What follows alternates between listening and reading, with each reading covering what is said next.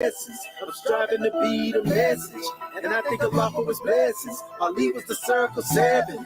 I praise Allah for these lessons. I'm striving to be the message, and I thank Allah for his blessings. Ali was the circle 7.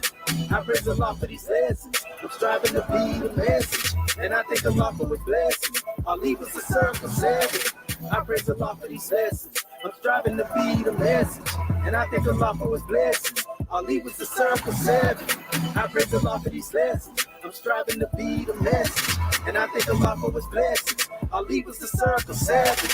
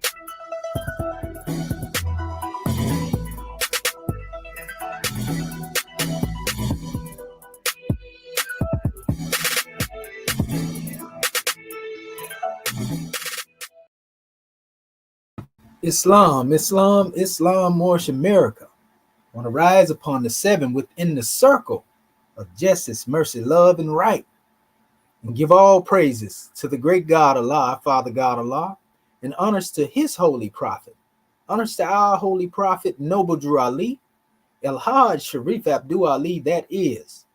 We give honors to our Moorish kin once again, here, there, and everywhere, and therefore honors to all of you who are continuously honoring yourselves by being yourselves.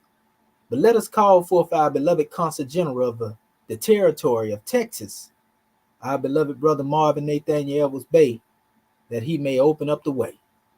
Islam, Islamism without the schism. Islam, Islam, Islam. I'm Dr. Marvin Edwards Bey out of Texas Consulate Rising. Giving all praise to the great God Allah, giving highest honors to his prophet, our prophet, Prophet Noble Drew Ali, El-Hajj Sharif Abdul Ali. Give honors to our theocratic government, our Moorish American government. Give honors to our Act 1. Give honors to all of our officials. Give honors to this class, our Egyptian ADEPTUS Research Sultanate class, better known as E.A.R.S. As well as I give honors to our host, our instructor, Dr. Sepsuel, for hosting and instructing this most powerful class. Give honors to those that is here and on our panel, and everyone that's in the audience, and everything that is Moorish. And so I will open up our class according to law with our committing Moorish American prayer. Ya Allah abnuheru mekanu. Ya Allah abhetheru. Ya Allah ma'adheru. Ya Allah hoteperu. Ya Allah heru. Ya Allah ma'adher kuti. Ya Allah awajet dejuti. Ya Allah patem sutek, patem heru. Ya Allah Bamatuti, El Hedisrei Abtuali. Amen. Holiest, holiest, holiest. In transliteration, O Allah, the Father of love. O Allah, pardon self. O Allah, the Father of the universe. O Allah, the Father of love. O Allah, the Spirit of truth. O Allah, the Spirit of peace. O Allah, the Spirit of freedom. O Allah, the Spirit of justice. O Allah, you are my protector. O Allah, you are my guide. O Allah, you are my salvation by night and by day. O Allah, through your holy prophet. O Allah, Drew Ali. Amen. Holiest, holiest. Holiessa, holiessa, holiessa. And now we're reading our divine constitution of Moorish America. Salvation, our God. Unity, the divine constitution of Moorish America. Act 1. The Grand Sheikh and the Chairman of Moorish America are empowered to make law and enforce laws with the assistance of the Prophet and the Grand Body of Moorish America.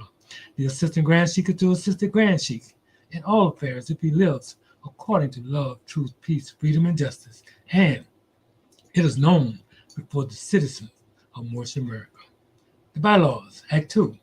All meetings are to be opened and closed promptly, according to the Circle 7, in love, truth, peace, freedom, and justice. Friday is our holy day of rest, because on a Friday, the first man was formed in flesh, and on a Friday, the first man departed out of flesh, and ascended unto his Father God Allah. For that cause, Friday is the holy day for all Muslims all over the world. Act 3. Love, truth, peace, freedom, and justice must be proclaimed and practiced by all citizens of North America. No citizen is to put in danger or accuse falsely his brother or sister on any occasion at all that may harm his brother or sister, because Allah is love. Act 4. All citizens must preserve these holy and divine laws, and all citizens must obey the laws of the government, because by being a Moorish American, you are a part and parcel of the government and must live the life accordingly. Act 5. No organization of Moorish Americans is to cause any confusion or to overthrow the laws and constitution of the said government, but to obey hereby. Act 6. With us, all citizens must proclaim their nationality, and we are teaching our people their nationality and their divine creed, that they may know that they are a part and a parcel of this said government, and know that they are not Negroes, colored folks, black people, or Ethiopians, because these names were given to slaves by slaveholders in 1779 and lasted until 1865 during the time of slavery.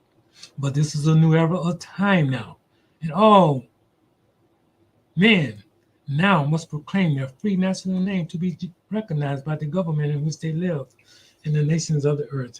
This is the reason why Allah, the great God of the universe, ordained Noble Drew Ali the prophet to redeem his people from their sinful ways. The Moorish Americans are the descendants of the ancient Moabites whom inhabited the northwestern and southwestern shores of Africa. Act 7. All citizens must promptly attend their meetings and become a part and a parcel of all uplifting acts of Moorish America. Moorish Americans must pay their dues and keep in line with all necessities of Moorish America, and then you're entitled to the name of faithful husband. You must support your wife and children. Wife, you must obey your husband and take care of your children and look after the duties of your household. Sons and daughters must obey father and mother and be industrious and become a part of the uplifting of fallen humanity. All Moorish Americans must keep their hearts and minds pure with love and their bodies clean with water. This divine covenant is from your holy prophet, Noble Drew Ali, through the guidance of his Father God Allah. Prophet Noble Drew Ali, peace and blessings be upon him, founding father and framer of the divine constitution and bylaws of Moorish America. Now that this meeting has been opened according to law, I will now hand this meeting over to our National Assistant Grand Secretary of State, Dr. Dendra Ani Akurta Bey. Are you there, goddess? Islam. Gratitude, God, man. I am Dr. Dendra Ani Akurta Bey. First, let me rise and give praises to our great God Allah. I give honors to our holy prophet, Noble Drew Ali. I give honors to Act 1. I give honors to all my government officials. I give honors to our National Assistant Grand Sheik, who's hosting this class this morning. And I give honors to our Council General for opening us up according to law and reading our bylaws and our Constitution. Islam. And at this time, I will be reading our chapter of the week, coming from our Holy Quran, chapter 64. Holy instructions from the prophet. Weakness. Vain and inconstant as thou art, O child of imperfection, how canst thou be weak? Is not inconstancy connected with frailty? Can there be vanity without infirmity? Avoid the danger of the one, and thou shalt escape the mischief of the other. Wherein art thou most weak? In that wherein thou seemest most strong. In that wherein most thou glorieth, even in possessing the things which thou hast, in using the good that is about thee. Are not thy desires also frail? Knowest thou even what it is thou wouldest wish? When thou hast obtained what most thou soughtest after, behold, it contenteth thee not. Wherefore loses the pleasure that is before thee it relish.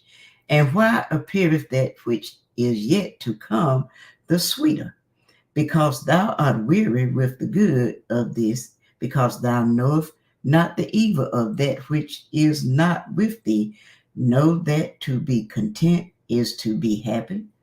Couldst thou choose for thyself, would thy Creator lay before thee all that thy heart could ask for? Would happiness then remain with thee, or would joy always dwell in thy gates? At last, thy weakness forbiddeth it, thy infirmity declareth against it. Variety is to thee in the place of pleasure, but that which permanently delighteth must be permanent. When that is gone, thou repentest the loss of it, though while it was with thee, thou despisest it. That which succeeded it have no more pleasure to thee, and thou afterwards quarrelest with thyself for preferring it. Behold, the only circumstance in which thou errest not. Is there anything in which thy weakness appeareth more than in desiring things? It is in the possessing and in the using of them. Good things cease to be good in our enjoyment of them. What nature meant pure sweet are sources of bitterness to us. From our delight arise pain, from our joys sorrow. Be moderate in the enjoyment, and it shall remain in thy possession. Let thy joy be founded on reason, and to its end shall sorrow be a stranger. The delights of love are ushered in by sighs, and they terminate in languishment and dejection. The objects thou burnest for nauseate with satiety, and no sooner hast thou possessed it, but thou art weary of its presence. Join esteem to thy admiration, unite friendship with the love, so shalt thou find in the end content so absolute that it surpasses raptures, tranquility, more worth than ecstasy. Allah have given thee no good without its admixture of evil, but he have given thee also the means of throwing off the evil from it. As joy is not without its alloy of pain, so neither is sorrow without its portion of pleasure. Joy and grief, though unlike, are united. Our own choice only can give them to us entirely. Melancholy itself often giveth delight, and the extremities of joy are mingled with tears. The best thing in the hands of a fool may be turned to his destruction, and out of the worst, the wise will find means of good. So blended is weakness in thy nature, O man, that thou hast not strength enough to be good or to be evil entirely. Rejoice that thou canst not exceed in evil, and let the good that is within thy reach content thee. The virtues are allotted to various stations. Seek not after impossibilities, nor grieve that thou canst not possess them all. Wouldst thou at once have the liberality of the rich and the contentment of the poor? Shall the wife of thy bosom be despised because she showed not the virtues of the widow? If thy father sink before thee in the division of thy country, can at once thy justice destroy him, and thy duty save his life? If thou behold thy brother in the agonies of slow death, is it not mercy to put a period to his life? And is it not also death to be his murderer? Truth is but one, thy doubts are of thine own raising. He who made virtues what they are planted in thee a knowledge of their preeminence. Act as thy soul dictates to thee, and the end shall be always aright. Islam, Islam, Islam. We will now turn everything back over to our host, our National Assistant Grand Chief, Dr. Sadu Amiti El Mahejit Sepsuel. Are you there, God man? Islam, as close as the love thought that the prophet brought. Islamism. Praise be to Allah. Well, let us rise again upon the seven and give all praises to the great God, our Father God Allah, and honors to his holy prophet, honors to our holy prophet, Noble Drew Ali Al-Hajj, Sharif Abdul Ali, that is. We give honors again to our Moorish kin, here, there, and everywhere, and therefore honors to all of you who are continuously honoring yourselves by being yourselves. We give honors to our Grand National Seal. We give honors to our Grand National Emblem, National Flag, Divine Constitution and bylaws, and honors to all of you who are indeed a living manifestation and personification of everything that our Holy Prophet brought to make us a nation. I want to give honors to our family out there in social media as well that is checked in. Honors to all of you brothers and the sisters that may be coming here, because a few of them come in here too. Brother Noble Brian, the Native Bosco, Born Dog. We give honors to all of y'all for all that y'all do. Praise be to the great God. And y'all be sure to hit that like button and get this message out there so that the people can get it as well. Islam. So peace and love. Well, all right. Well, at this time, we have a grand drawing to bring on the manifest from our student adept masters. And we're going to be dealing with some grand drawings here that's going to take our people to a whole nother level with the methodology. We have an assignment that was given, which is dealing with using your Vigus dictionary to look up 7 meta symbols of your choice, and look up their transliterated term to determine their digital gematria value. And then number 2 is using Mustafa Gadala's Egyptian letters of the creation cycle to give an exegesis of each of the 7 transliterated words you have chosen.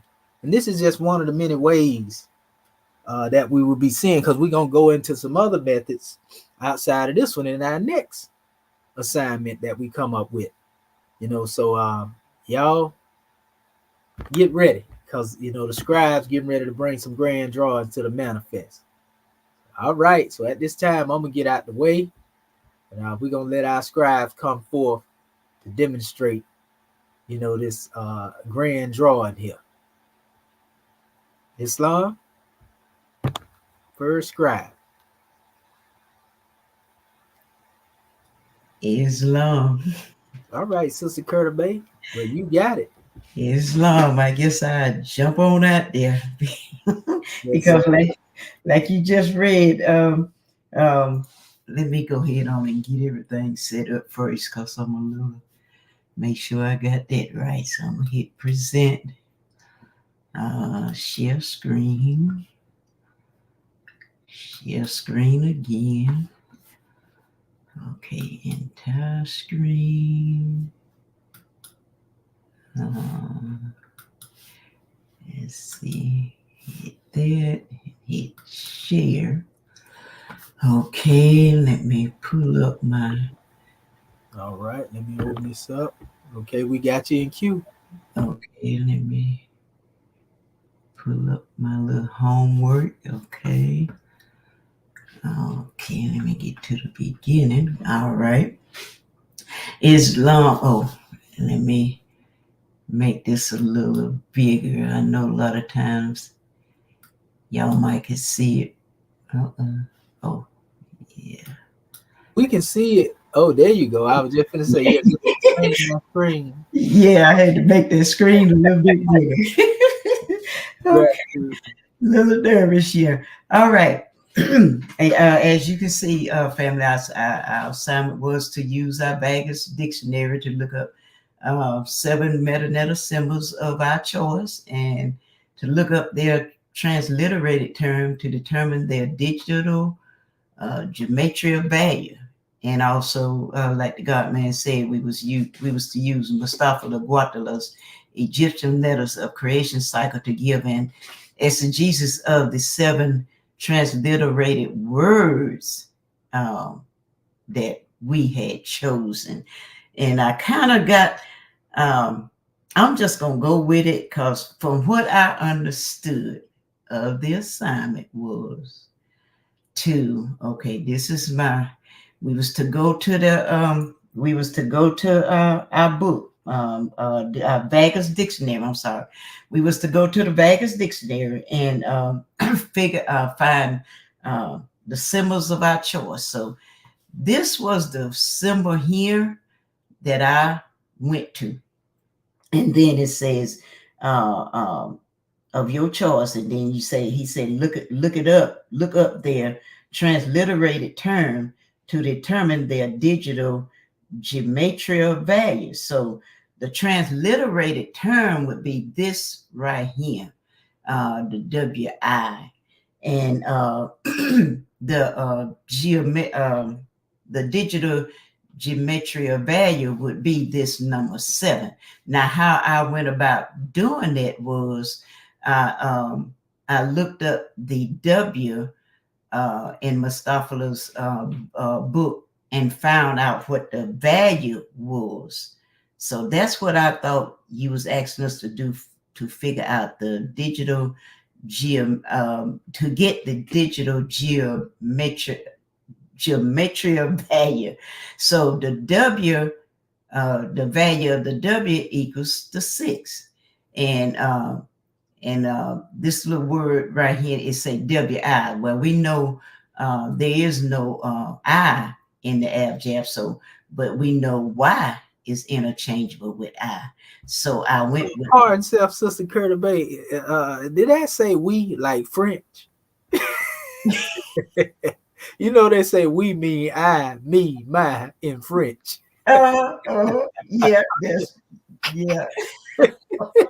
You know, that's just a little humor. I'm just I know, right? You get the nervousness out of it. Yes, sir. Yes, sir. We.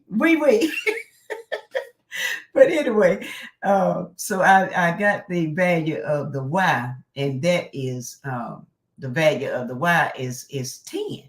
And so to find the digital geometry of value, what I did was I took the 10 and added plus the 6, and that would equal 16. And then I turn around and added the 1 plus 6, which would bring me to the 7.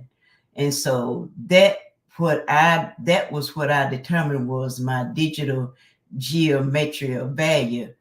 It would be the number 7. And then this up here, and then when you was asking us to give our exegesis on it, I don't know how I got off, but I was in the book and I was thinking, I was focusing more on the number, but as I read the instructions, you were saying give an exegesis on this word down here, like we. And so when I saw that, I had to go back. I didn't write anything down, but when I saw the I, the me, and the my, and my exegesis of that was I thought about when I see the I thought about I myself am Lord. I myself am Lord and Master, which spells Islam. And I also thought about me, Ali, and we. And when I thought about that, and as you can see, those are pronouns. And so that was my first. That was my first symbol that I picked out. My second symbol that I picked out was the man sitting with one hand up in this KWI and Kawi. I'm still learning how to try to put the vowels in there to get the correct pronunciation. So I'm still practicing on that. But it meant that's a past tense, and that is actually a verb, and it meant stated. And there again, I went and found the value of the K, which is 20, and I went to find in the Mustafa-Laguartala's book, I found the value of the W, which is 6. And there again, we know it ain't an I, so you have to do the Y. And there again, that is 10. And so what I did there is I added the 20 plus the 6 plus the 10, that would equal to 30. And then you add the 3 plus 6, which give you 9. And so your digital gematria value is 9. At least that was my thoughts on it. And when I saw that word, when you say give the exegesis on Kawi or the KWI, that word stative, that means expressing a state or condition rather than an activity or event, such as be or no. And when I saw that is actually a verb, and it's actually a condition, and it means to really to be or to know. And that took me to we have to be the message that we bring.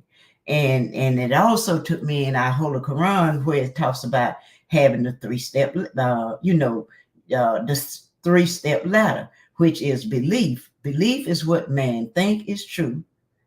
Faith is what man know is true. And I didn't have a chance to write that down, family, because like I say, I was focusing mostly on the number. But then when I read it again, you was wanting us to give an exegesis of this word here. And so I didn't write it down, but I figured it'll be all right if I just read it to you. And so faith is what man knows is truth. And then fruition is last, and this is man himself, the truth. And that's in our Moorish Holy Quran, chapter 11, ayahs 28 and 31. And then my next symbol, and I hope I'm doing this right. If not, I'll find out at the end, is love. And so the next symbol I picked out was Islam. Islam.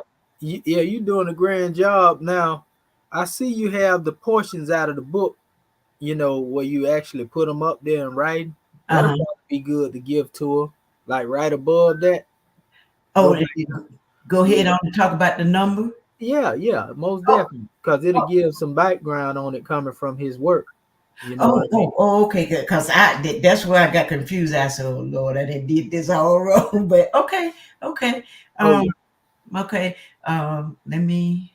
I'll go back. That'll give some insight. Once you get the value, you can show them what it says about the value in the Egyptian alphabetical creation cycle. Okay. Islam.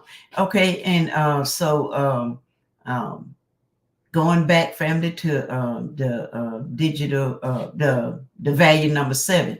It talks about the number 7 is the first complete number, because 7 combines in itself the meaning of all the preceding numbers.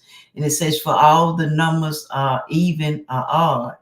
2 is the first even number, and 4 is the second. 3 is the first odd number, and 5 is the second.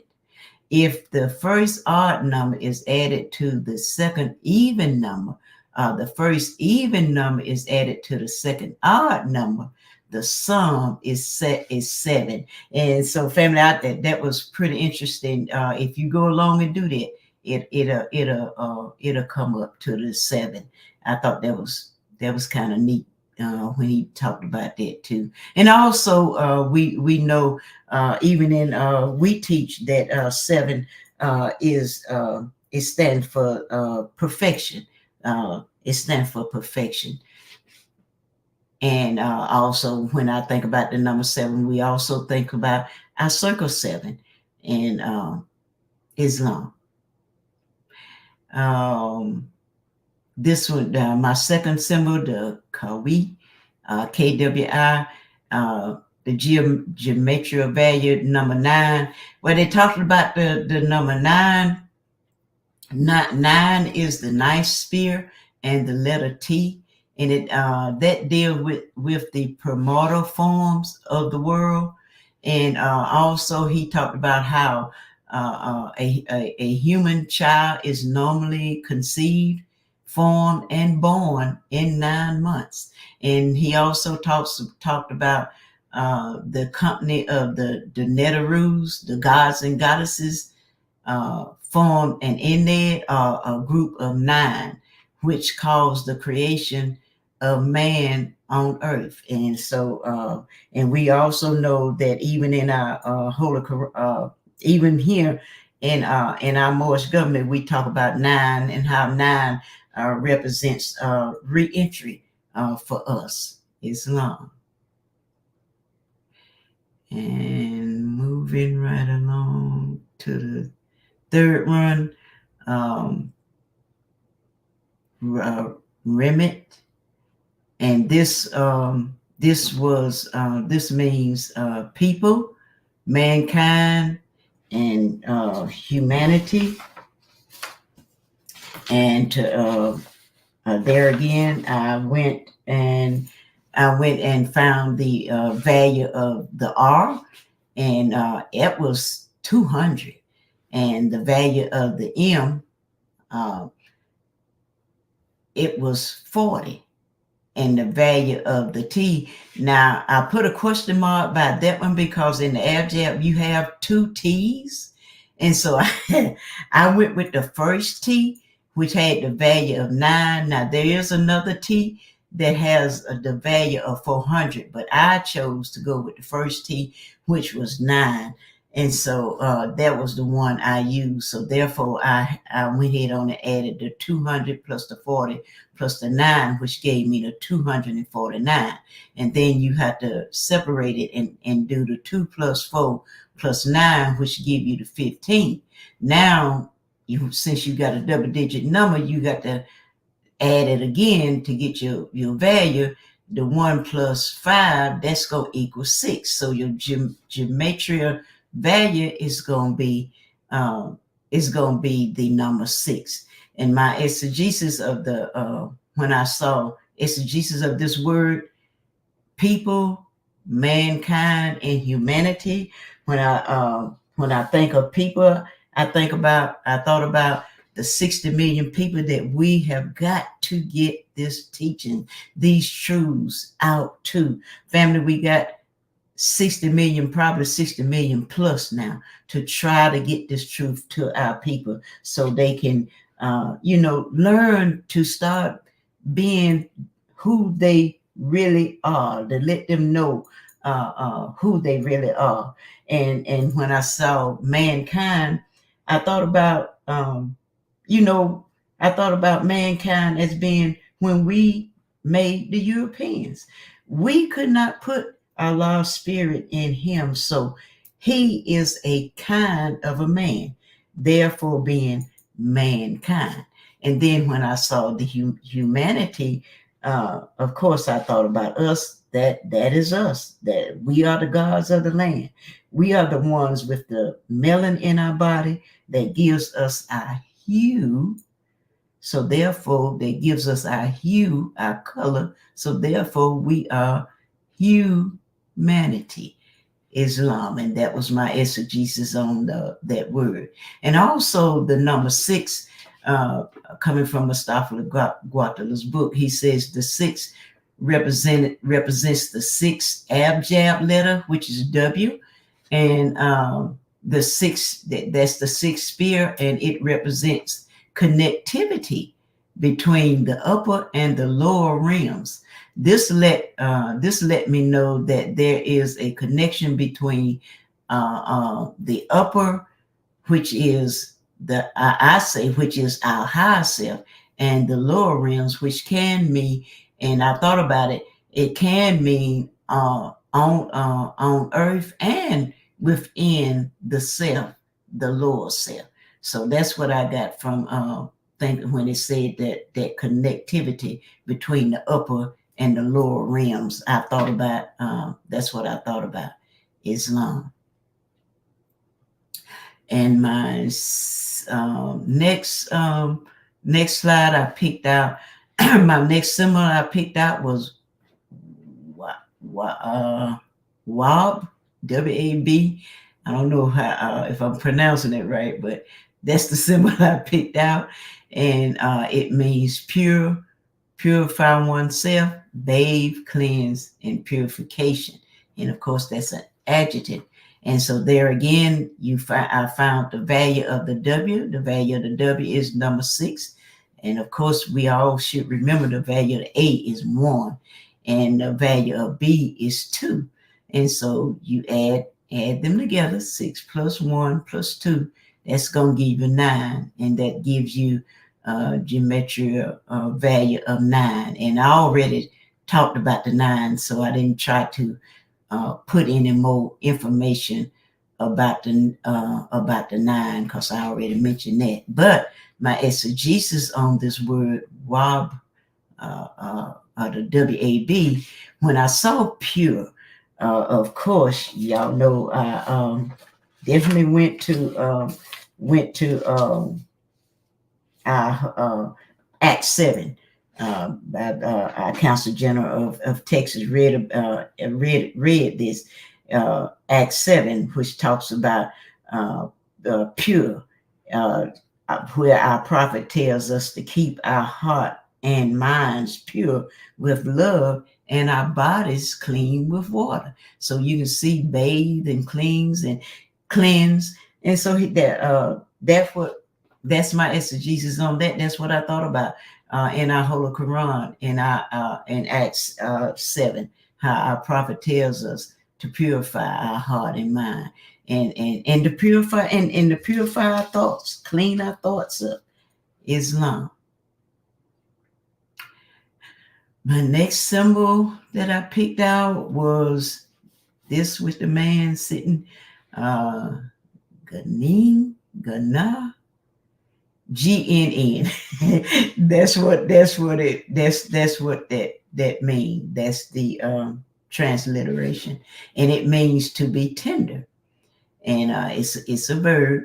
And so there again, I had to find out what the value of the G was, and the value of the G is the 3, and the value of the N is 50, and then there again, the value of the N is 50. So you add up the 3 plus the 50 plus the 50, that'll give you 103. And then you add the 1 plus 0 plus 3, that's going to give you 4. So your geometry of value is going to be the number 4. And so the number is going to be the number 4. And also Mustafa was saying that the 4 represents the 4th sphere and the 4th abjad letter, which is the alphabet D. And this sphere is it represents the orderly plan. And a lot of times, a lot of the numbers is they always have a special property, and a special property of the 4 is that it is the first perfect square, because it is the product of 2 multiplied by itself. And any number which is multiplied by itself is a square root and the product of a perfect square. And when let me see what else I wanted to say about that. Oh, in the GNN. Oh, my exegesis on that word GNN. It means to be tender. When I thought about being tender, when I think about to be tender, I think about especially coming out of the Piscean area. I thought about Ephesians 4:32 when it talks about, when it says, and be kind to one another, tender-hearted, forgiving one another, even as God, forgave us. And so that's my exegesis on the word GNN, tender. I thought about having a tender heart. And a lot of times we talk about people who have tender hearted. A lot of times they be people who just easy to get along with. They love you. They'll go out their way to try to help you. These type things. So that's what I thought about. That's my exegesis on the GNN, to be tender, Islam. Moving right along. My next symbol was the HNW, Hanawa. HNW. I don't know if I'm pronouncing it right, but all I know is it means rejoice. It's a verb. There again, you find the value of the H, which is the number 5. Y'all have to do some typo errors. It has the value number 5, and the N has the value of 50. The W, as we have said before, has the value of 6, and then you add them together. The 5 plus the 50 plus the 6, that's going to give you 61. But then when you separate it and you add the 6 plus the 1, that's going to give you the 7. So your digital gematria value, I said, would be the number 7. And I already covered the number 7 too. I talked about that earlier. That was my first one I talked about, was the number 7. And my exegesis on the HNW, that word rejoice, there again, I also thought about, with my background coming from the church, I thought about in Philippians 4:4, it says, rejoice in the Lord always. Again, I say rejoice. And even in Psalms, it talks about it, say, let all those that put their trust in thee rejoice. In other words, let all those who put their trust in the great God Allah rejoice. Rejoice. Islam. And last but not least, this symbol here, the DWA, that's the transliteration. That means praise. There again, you get the value of the D is the number 4, the value of W is 6, and the value of A is 1. You add them together, 4 plus 6 plus 1 equal 11. And then the 1 plus 1, that's going to equal 2. So now your gematria value is going to be 2. And according to Mustafa, he talks about the 2 represents the second sphere, which is the divine mind and consciousness. And it also represents the letter B, which is the second letter of the abjad. And it says, it also talks about every number has a special property, and 2 is the first whole number. And that, when I thought about that too, that divine mind and consciousness, what that made me think about, the divine mind and consciousness, I also thought about us coming to the consciousness or the realization that we are one with the great God Allah. And so my exegesis for the word DWA was praise, and of course we I went to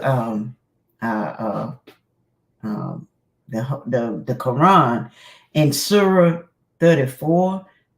Actually, the Quran 34:1, it says, praise be to God, to whom belong everything in the heavens and the earth.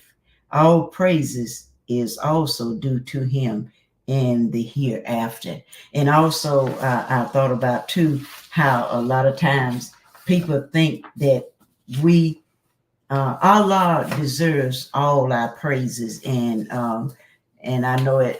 Sometimes I had to explain to people, because they thought we did like when we was in the church, that we praise Jesus like we used to praise Jesus, but Jesus never told us to praise him. And actually, his name was Yehoshua.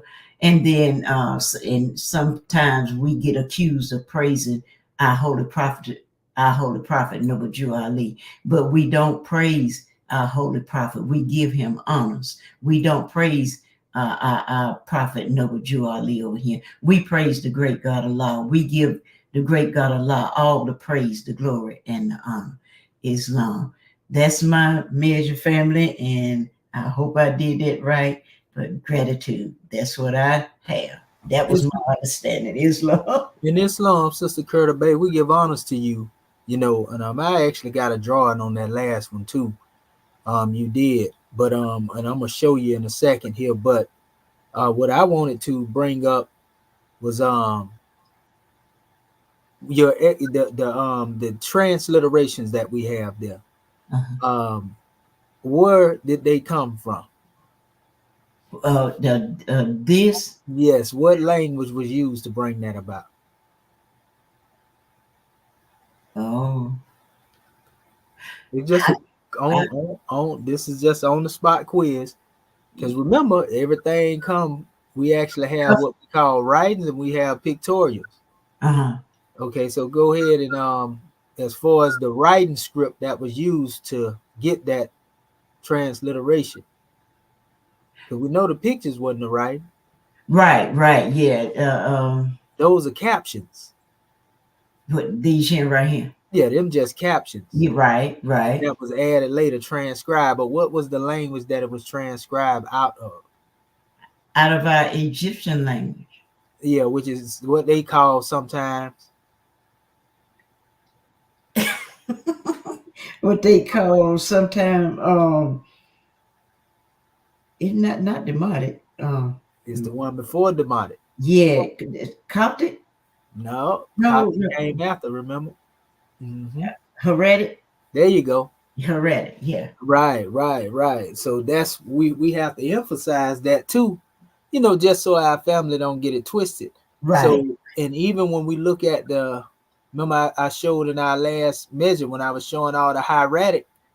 The hieratic was the actual text, and then they had the pictorials that were captions. Right. So that's what those are. Those are basically when they transcribed that hieratic, you know, and tried to put the pictorials on, all they did is created captions. You know what I mean? That's all they are. Right. You know, the pictures really don't say a whole lot as far as dealing with that. Now, what I will show you, you see how that one is down on one knee, and had the palms uplifted, right, for praise. I'm gonna show you something real quick here. I'm gonna share my screen. Okay, let me just give me a second here, because the one don't just squat down, they also stand up and do the same posture, you know, but just in a different way. Okay. You know, and I'm gonna show you something. Just a second here. Just give me 1 second. Okay. It is right here. And also I want to pull this up as well because this is noteworthy. Okay.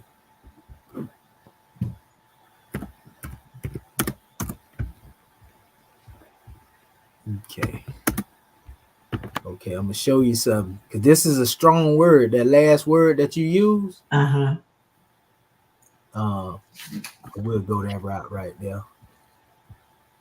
Okay, and then let me do a duplicate of this. Okay, let me go back.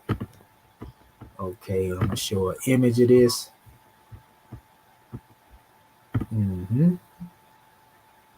Okay, here it is right here. So let's go here for a prime example. Okay. I'm gonna share my screen. All right. And we already got, you know, it said divine mind and consciousness. You know, it said when one pray, the proper way of praying, even in the Piscean records, is with your whole mind and your whole spirit, right? Right. Okay, so now let's go over here. The word you had, which is dua. Dua, okay. That's what it is. It's dua. I'm gonna get into that one in a minute. Right. Okay, see, this is it right here. This term dua. Okay. Actually, you see, I have dua Allah. Right. Dua Allah. And I showed that if I were to transliterate this is praise to Allah.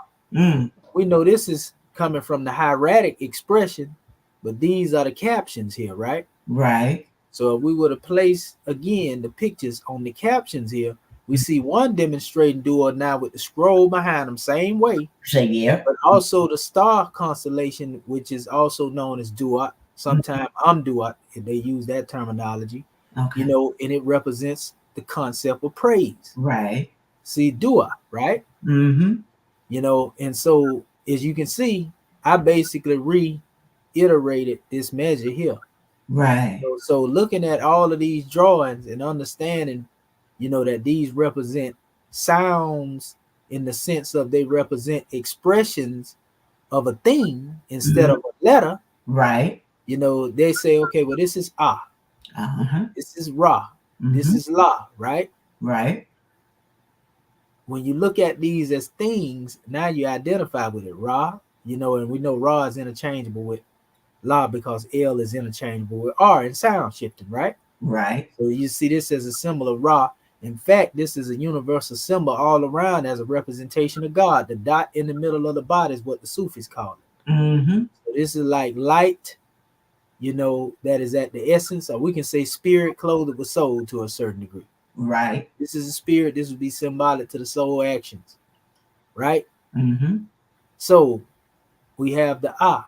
We already know the hand is symbolic to the mind, Right. you know, and this is a grand expression.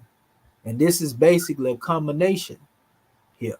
It Mm-hmm. means to give, they would say, right? Right. Give You praise. know, so to give praises, Mm-hmm. you know, to the great God. Right. So Allah and Ra, Allah, you know, same drawing. If I were to take a R here, it would be Ara. All right. See, Ara.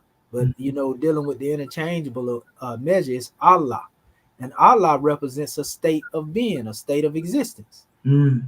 So when you give praise, you giving praise from a state of being in the proximity of the great God Allah, because he's at the essence of the being, Right. right? But Right. what gets deeper, you know, and this shows where this image actually come from right here. The image above is from the plates 1 and 2 of the Ani Sheft or the papyrus of Ani. You know, it says Ani was the scribe who died in ancient Kemet, Egypt, approximately 3,300 years ago. And this Sheft or papyrus was found in his tomb. And so I just re-broke it down, and then I didn't go into the gematria of it, Uh-huh. but I did go into the formula. Right. So this Right. would be the formula that was created. In this formula, you know, you went into the gematria just of the word dua. Uh-huh. You know, of course, if we did this here, we would add more aspects of it here. Right. So, you know, praises be to Allah, Mm-hmm. dua Allah. You Dua. know, Mm-hmm. yeah. You know, in other words, it goes here and tell you what this word Allah actually means then. Right. So the fields of peace, the plains of peace, in the religion of the ancient Egyptians, Allah, the field of peace. This also corresponds with Islam. You see, Mm-hmm. was a field of peace, peacefulness reserved for the souls of the redeemed. You see, Uh-huh. it was located in one of the 4 sections. Now, notice we're talking about consciousness in the mind, peace and Right. consciousness in the mind. Mm-hmm. This is your dwelling place. You know, we call it fruition when man himself become the truth. Right. So it says that similar to the Elysium fields of Greek mythology, here the god Horus dwell waiting the time for this return to the earth when he would reestablish the ring of the gods and restore, it says, the world to its original glory. You know, Heru is the Kemetic version, you know, of the later Yehoshua as they come up with. Right. You see? Right. Mm-hmm. So the same way the Christians wait for Yehoshua to come back in ancient Kemet, Heru was to come back and establish justice. Yes, right. Mm-hmm. You see, so in this new era in time, that station of Heru, as it represents our holy prophet Noble Drew Ali, or even Herakuti, having a scimitar in his hand, this is the prophet coming back. Right. You see what I'm saying? Mm-hmm. We give praises to the great God Allah for sending us one who came back and demonstrated that same station of Heru. That's right. You see, but here Alu, which is also connected to the same word, dealing with the field of peace. This is the fields of Alu or the field of Aru. Aru. It says, according, see how they changed the R from the L? Yeah. It said, according to ancient Egyptian legend known as the destruction of mankind, which was first discovered in the tomb of Seti, right? It says, I, the god Ra, tired of ruling over disobedient people of the earth, retired to the sky, right? It says, where he created for himself a place to dwell and rule over. What was that place called? There he created a great field of rest, same thing, Allah, and it was called Allah. So it's saying that Ra withdrew himself from the disobedient and he went into this place called Allah. He became Allah. Right. See what I'm saying? A great field for growing crops in the field of Alu, the Book of the Dead describes and says that upon the death of the human body, this is the location of the newly formed soul. And it is here they will spend their time harvesting the divine crops. The field surrounded by a wall of iron, which has many doors. You can't penetrate them. They're too high, right? Right. The brass, huh? It is traversed by a river. The valley grows to the height of 7 cubits. Then it says Alu has also been compared to the Elysian fields of Greek mythology. In other words, Greek mythology tried to copy off of ancient Kemet. Right. This was a description of their paradise, sometimes called the field of reeds. But notice this is the field of peace. In both of these instances, one dealing with it saying, well, Heru, the well, waiting for his time to return to the earth. And this is also showing you where Ra had went into. Right. So we have the ability to also go into this same place. This was an act of, we can say, migration away from the ways of the world. And Ra gave that example by what he did when he seen that the world was disobedient. He found a quiet place. Right. And in that reflection, he embodied his peace. You see, and this is the personification of Allah in ancient Kemet before the Arabs had even been thought about, so to speak. And it's not strange because the Arabs are indirectly descendants, of the ancient Egyptians. So quite naturally, they would borrow certain things from this. Now, how do we know this? We see the word dua Allah when we put it together. That's what it came out to be when I went through and did my, formula. Right. All this here is exactly what it is. If you go look it up, that's how the transliteration gonna come out, just like I put it here. But to go into it, it's saying praises be to Allah. So they would tell you this is Allah, the moon god. That this people don't know no better, trying to make Egypt be paganistic. Yeah. This is the same figure that's actually squatted right here. Oh, okay. They had the right idea, but the wrong concept, because this does not represent Allah per se. It represents, a human embodiment that actually expresses the essence of the great God Allah. Right. So if you look here, the same arm here, and you come over here, you see the eye of Ra. Right. You see, so this is your Ah-Ra. See, Ah-Ra, change the L, Allah. Right. This is giving of one's essence. Right. You see? But this is the same entity. Look at the long beard. See the long beard here? The headdress. Only difference is one doesn't have the sun disc. I mean the moon and the crescent. Yeah, the sun and the moon here upon the head, so to speak. Right. So this is what a duat. The duat is a priest giving praises. And then two, the great God in the essence of the self, the essence of the being. You see? And this is what one finds one's true peace. So I say this is the ancient Egyptian origins of making dua, or giving praises to Allah. What do I mean when I say this? Let's go to the Arabic. This is a strong word. See the word? Dua. Islamic prayer? It's a prayer of invocation, supplication, or request. It says in Islam, dua, Arabic, right? Adiyah is a prayer of invocation and supplication, even asking help or assistance from God. You see what I'm saying? Right. Muslims regard this as a profound act of worship. Muhammad is reported to have said, dua itself is a worship. Mm. You see what I'm saying? Mm-hmm. And you make duas on the fly. But you know, it's a whole breakdown you can go into about dealing with dua. Uh-huh. You know, but how did Muhammad come up with dua? You know, where did he get this from? Remember, he studied with the Sabi'un Hunafa. The Sabi'un Hunafa were Kushites. It was the Kushites that actually established Kemet, the ancient Kushites, the Taseti. Mm-hmm. You see, and the Hesi, as some people like to say. Okay. You see, so the term dua is a strong word, Right. because that's Arabic, and this is actually hieratic. All right. This word dua. So Mm-hmm. the word dua actually retained its meaning when it came from the hieratic or the Egyptian into the Arabic. Right. It's like Okay. the word Allah. Okay. So Mm. now you can see how this demonstrates the praise be to Allah, Right. you know, as we deal with the formula. And then you already gave the gematria. And then when you go back and read what it says again, it has to do with the mind. Mm. You see, because you said it was the number 2, right? Yeah.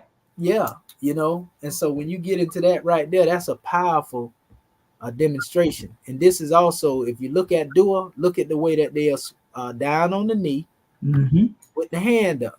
And if you pull your picture up, you can see one has one knee down, but they still have their palms exalted, just like this, right? Right. Yep. It sure is. It sure See, is. Yeah. that's the exactual measure for supplication, always exalting the palms up. Mm-hmm. And in this particular case, you can see one standing up with their hands up here. Right. You Right. see, Uh-huh. and this particular measure is the one, you know, that was the one that the prophet demonstrated. Yeah. Right Yeah. here, Mm-hmm. right here. This is why we call him Egyptian adept. All we got to do is type the prophet name up, and every reflection that was ever produced out here in the internet will come up. So I know the picture is here. There you go, right there. You see it? Yep. Right here. Yep. Yep. Mm-hmm. Yeah, you That's see it right there? That's right. So Mhm. signs and symbols are for conscious mind and men and women of understanding. Right. The prophet knew exactly what he was doing. Yeah, it did. You see? Mm-hmm. Ain't no mistake about it. Egyptian adept master. So when they come over here, like I said, and you go back here, the duat, Uh-huh. you know, and you see the amduat, you know, if you look this up, this is information that's commonly out there. Let me show you real. You just type amduat at duat is still at the root of amduat, Oh, okay. you know, and notice it goes into a lot of explanation here. You see that right there? That's cursive hieroglyphs right there. Mm-hmm. Not to be confused with hieratic. And a lot of that is dealing with the celestial. You know, this is definitely the boat. That's why it's called the Amduat. Right. See the Amduat, and see how they have it here? Jami, Duat, literally that which is the afterworld. Mm-hmm. Yeah. Yeah. It is translated as the text of the hidden chamber in which the underworld, or the book of what is the underworld. Then it goes into the Arabic Kitab al-Akira. You know, it's important ancient funerary text in the New Kingdom. And it just goes into the history about the story of the Egyptian son who traveled through the underworld from the time when the sun set. And all this is symbolism. Mm-hmm. So it talks about, you know, Amduat name all the gods and the different phantom form that they like to call monsters and everything. So Right. it's a whole bunch of history on just that alone. Okay. But I'm showing you that my ancestors, they revered, you know, things, and they looked at the book of creation. Mm-hmm. You know, because this is a scroll right here behind this. Right. Right. That was in my picture. This is the Medjet. We call this Medjet, even though I didn't put this Medjet here. Okay. You know, so if it would have been like do a Medjet Allah, you know, but I just didn't put that here because it wasn't really necessary. We was emphasizing the fact that the same thing up here, you know, that comes from, you know, the chef papyrus. Mm-hmm. You know, I just went into it element by element. You know how we do it. Right. Pull a formula out of it. Yeah. All of that wisdom is encapsulated in this particular measure. That's why we say Allah and Ra is the same. Mm-hmm. You see what I'm saying? Ara. All There's right. hadith that we have out there where Muhammad said, highly exalted is Ray above all that they associate with him. Mm. Who is Ray? Ra. Ra. Ra. Mm-hmm. You see what I'm saying? Uh-huh. So, you know, a lot of people like say, oh, that was a mistake made. That mean he, you know, no. Them hadith said what it was, so y'all want to change it. And you want to move the goalpost now. Mm. So again, you are giving praises. To give praises, you know, Uh-huh. in your consciousness and within the mind.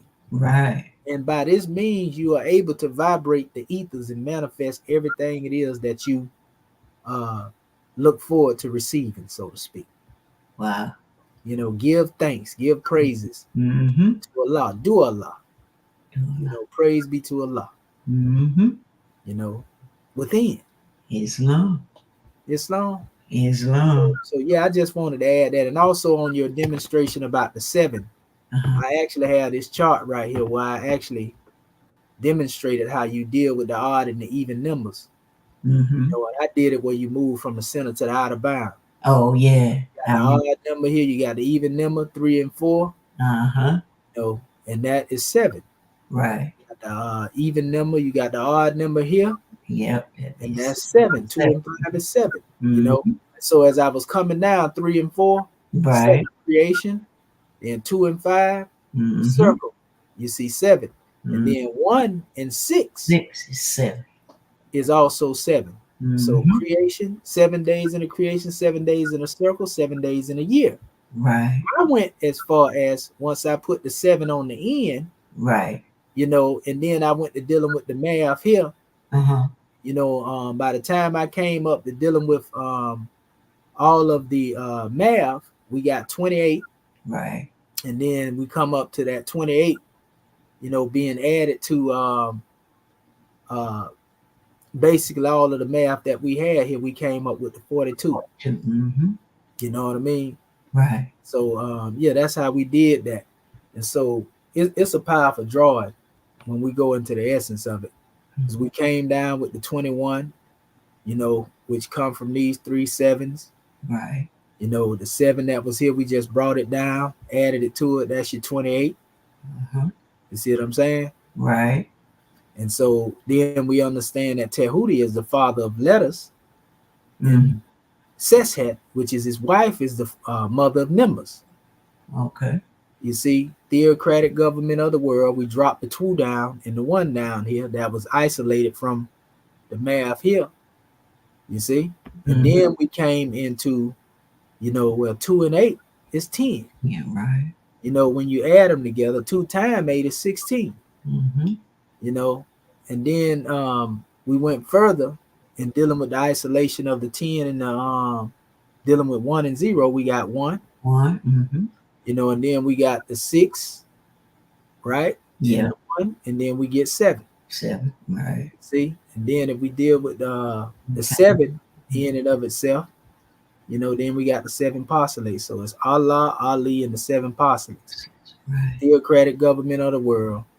We already got the Egyptian alphabet creation cycle, the 28 laws of Ma'at. All of that I was able to get out of just starting dealing with this here. I started with the numbers and I was able to identify this, and then I went to the different phases.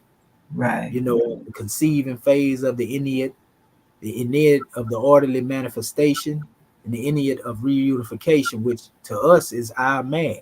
Mm-hmm. We them ones that's on the manifest exercising as apostles. That's right. And so at the bottom, when I added all of the numbers up that I had from this whole measure here, then we got 144.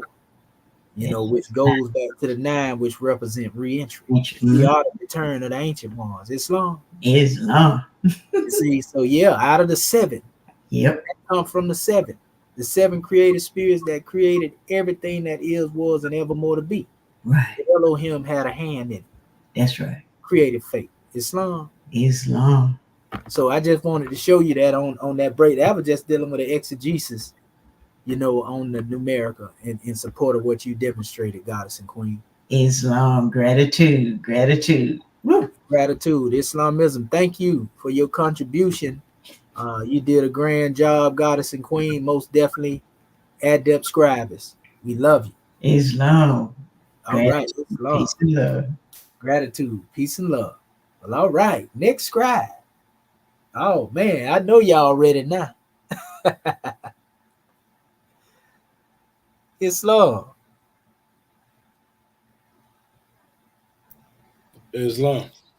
All right, brother Bati Bey. Oh, okay. Islam.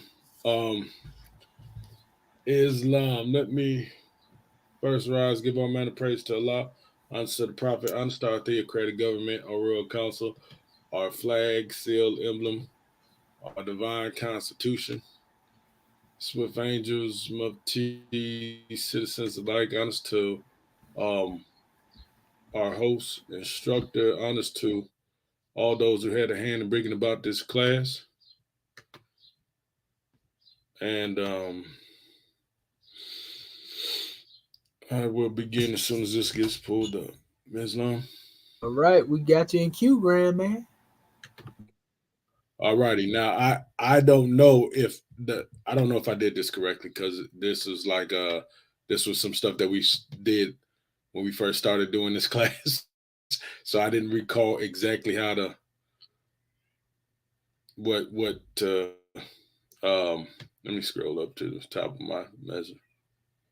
And so yeah, this is kind of crazy. So the says Islam One's assignment says use your Vegas dictionary to look up 7 meta symbols of your choice. Look up their transliterated terms to determine their digital gematria value.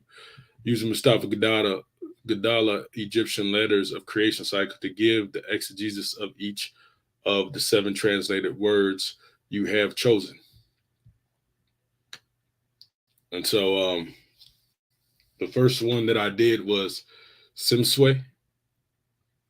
And so that now I'm just giving you overhead.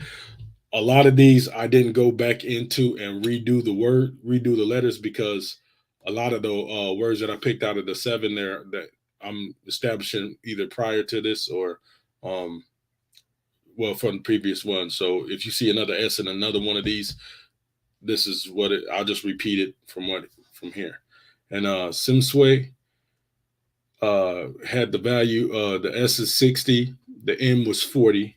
Again, the S is 60, and then the W is 6. And that was 166, which came up to 13, and it equaled 4. Okay. And so when I went into the and you see that it says elder got a cane, and eldest or what have you, but there's many different definitions for what this means, and you see it pan out when I bring these from what the Mustafa Gadala had in his letters of creation cycle. So the S encompasses the nominal and the phenomenal process. S represents the upholding process of activities of interdependency between the above and the below through the division of labor, right, and responsibilities. The M, the manifestation, represents the manifestation phase, representing the manifestation of the divine force shaping the various forms of the creative universe. The W is the divine intellect to the divine order plan, plural, in the suffix format. So that means that when the W is is at the end, it means the divine is speaking to the divine intellect and the divine order of the plan. If it's in the prefix, it means no. I think it's if it's in the prefix, it means plural. I'm thinking, or I might have that backwards. I can't. I got to look at it again. But so when I was thinking about an elder, the experience of an elder is it holds together elder holds together the fabric of a family. It holds together the fabric of even when we're thinking about governance, the governing of institutions. You always want to seek to to the one that has the most experience, so to speak. And so this is what I got from the being an elder or being the strongest with the divinity, your growth process. And when it's speaking to when I was thinking about the universe or the divine order, the divine plan, this would be like the Elohim, 7 created spirits that created everything that ever is, was, or ever more to be from our teachings. And so that they will be the swim sway, if I'm pronouncing it correctly, the elders that created all what we see before our face, and yet hold together from the divine intellect to be able to govern over the divine plan. And so that's what I got from that one. That it's crazy how these two tie into each other. So that it and I forget what is it, Idi, which means sovereign. And see, I don't see where I did the. Oh yeah, so in the language, there is no I, so it translated it to the closest, not the closest, but the I transfers to the Y. If you see it in the abject sequence, so the I is the Y, and what I have it here, it says it naturally begins with the unsealing the overall plan of creation. It is the sphere letter of the birth of the universal form of the primordial matter, like a divine child after 9 spheres, like humans, of childbearing eternally. In the womb, the appearance of the primordial matter depends upon the universal form. Without form and shape, the primordial matter cannot become visible. The universal form comprises all forms and figures, which comprise everything that is in the sphere. The stars,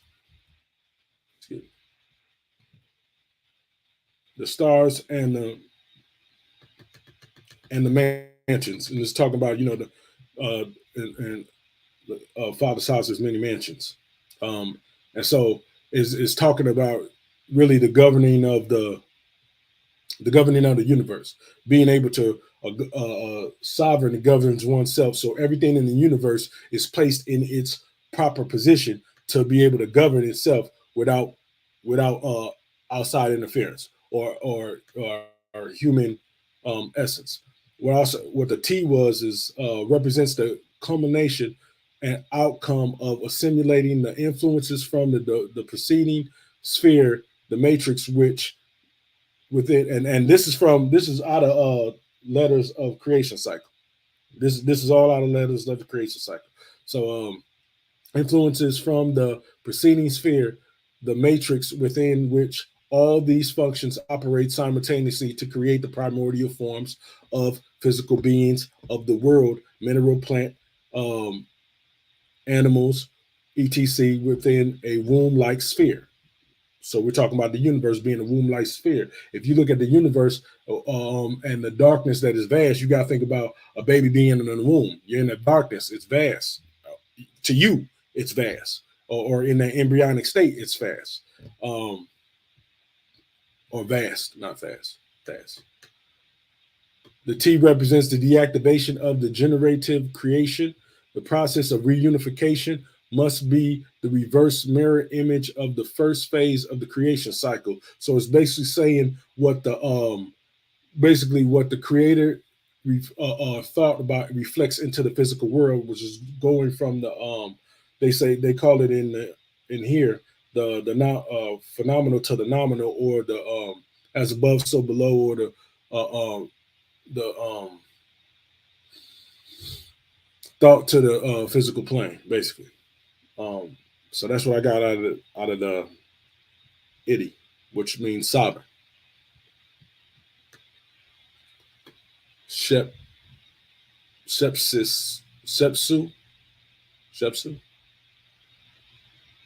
which it says to establish, to endure.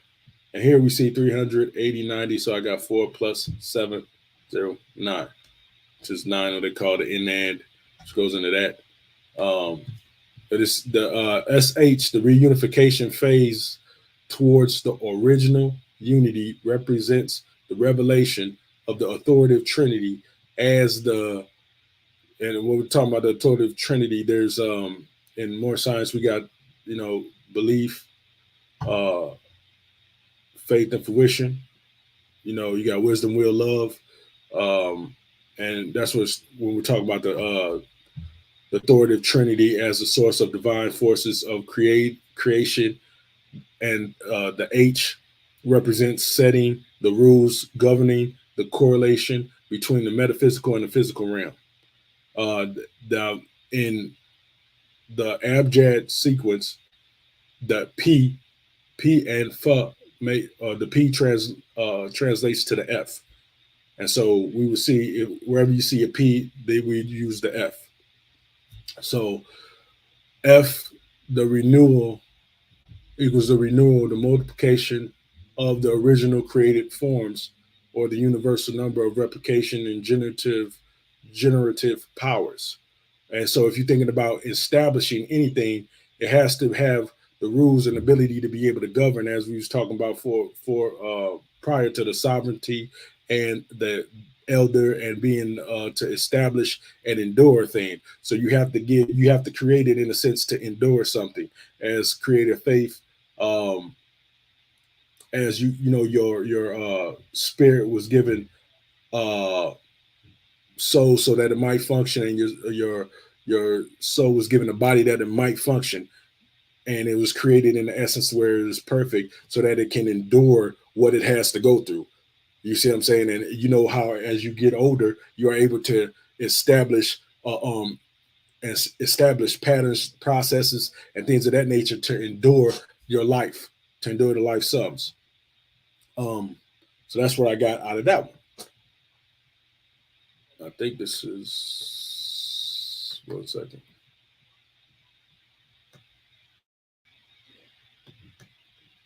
And Nesu,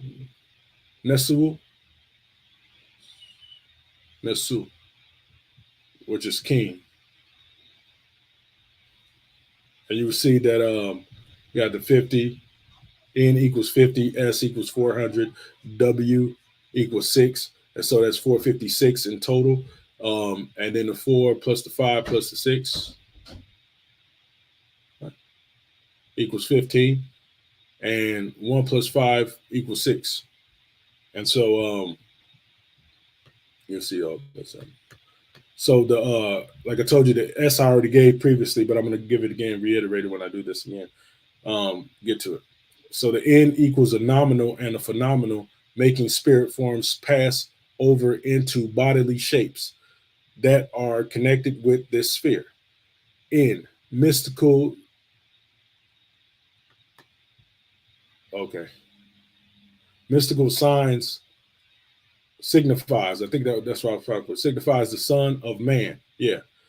Mystically signifies the son of man, every being that is individualized and distinctive. Such was symbolized in the representation of in ancient Egypt, that the text as Horus. And so when we're thinking about a king, this is the one that comes basically the one that came. What is it? The 2 plus the 3 equals the 5, which is the gematria for Asar, Aset, and Haru the son. And so when you're thinking about being a king, it's the lineage, it's the line genealogy. That's what I got out of this one, line genealogy that is brought forth from forms from the metaphysical to the physical. Oh, where's the asset? 1 second.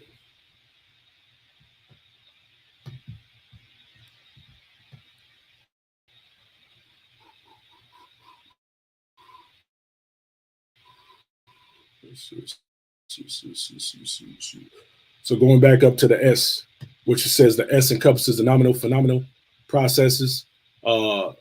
S represents the upholding process of activities of interdependency between the above and below through the division of labor, right, and responsibilities. And you got to think about being a king. There has to be an interdependent or cohesive ability, or to have a cohesive, to learn and to be able to rule at the same time. And see, and then it goes back to the W, because we have the W in that sequence too. There, that's through, which is the divine intellect to the divine order and the plan. And so, in order to be able to rule or govern, you would have to have the ability to do such. You have to have that divine intellect. You have to have that divine intellect in order to be able to rule over not just yourself and your, but over the land or what have you. Islam, that's that magistrate and subject degree. Islam. Remember where I put the. Okay, and that's why I was looking at that one and I couldn't recall where I put the I at, but the I is the Y, because I got to keep recalling to go back and forth. So the next one that we're going to go to is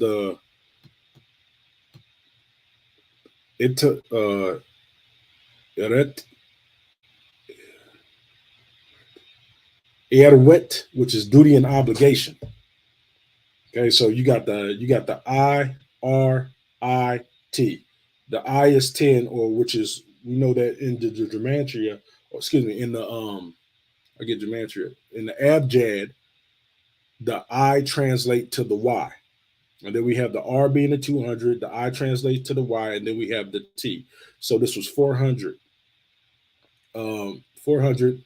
I don't know why I got. No, this is 2. Excuse me. 620. Yeah, there it is. 620. So the 6 plus the 2 equals the 8. And the I that I have, or the Y, we're going to say, let me go back up here to reiterate this Y. Let's use this.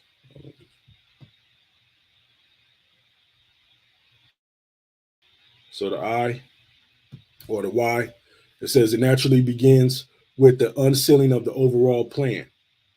It is the sphere letter of the birth of the universe, forms of the primordial matter, like a divine child after 9 spheres, like humans, of childbearing internally in the womb. The appearance of the primordial matter depends upon the universal forms. Without form and shape, the primordial matter cannot become visible. The universal form comprises all forms and figures, which comprises everything that is in the sphere, the stars and I'm gonna say many mansions. And that was duty and obligation. Okay, so you know, in the universe, just the even saying the universe. Think about the many duties and obligations that the universe has all by itself. Think about of you being a universe as an individual. Think about you and all the duties and obligations that you carry. You see what I'm saying? So that speaks to that aspect that you have to constantly maintain. A lot of the stuff you have on automating, a lot of us get up, go to work, you know, pay our bills, do whatever. So all those things is automating mentally in your head, and you are governed as a duty and obligation. And you have. A lot of us have other things that we do, read, study, and things of that aspect. And that's in the physical. You know what I'm saying? Keeping everything in the bounds of righteousness. That's part of your duty and obligation. Where is my R? I gotta find my R. Okay, and the R says IRIT. So the R is the assembly of the plan of the creator. The resurrection of all creation before the creator represents the recall of the divine machinery, the Neteru, the gods and goddesses that created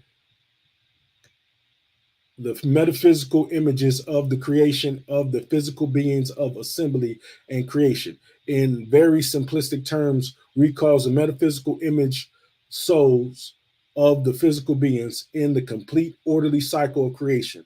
The process of reunification must be the reverse mirror image, represents the hidden divine infrastructure. And so if you got to think about your duty and obligation, and this in duty and obligation, this is like it says it got to mirror the image. So throughout life, what we're doing is we're getting to that place of perfection to mirror who our creator is. Our first question in our 101s, it says, who made you? And the answer to that question is Allah. So if Allah made you, then it is our duty not to reflect the desires of the flesh, but our obligation to reflect the essence of being a God in flesh, because that's ultimately what you truly are. Without all the nuances and the names that we try to attach to ourselves, our duty and obligation is to be the God. That's what, and we're supposed to reflect what the God is, and a lot of the things that we go through is what creates that. If you are looking at it from the higher dictates of life, and then when we go into the see if I can find the T, I believe it was. Let me see if I can find it.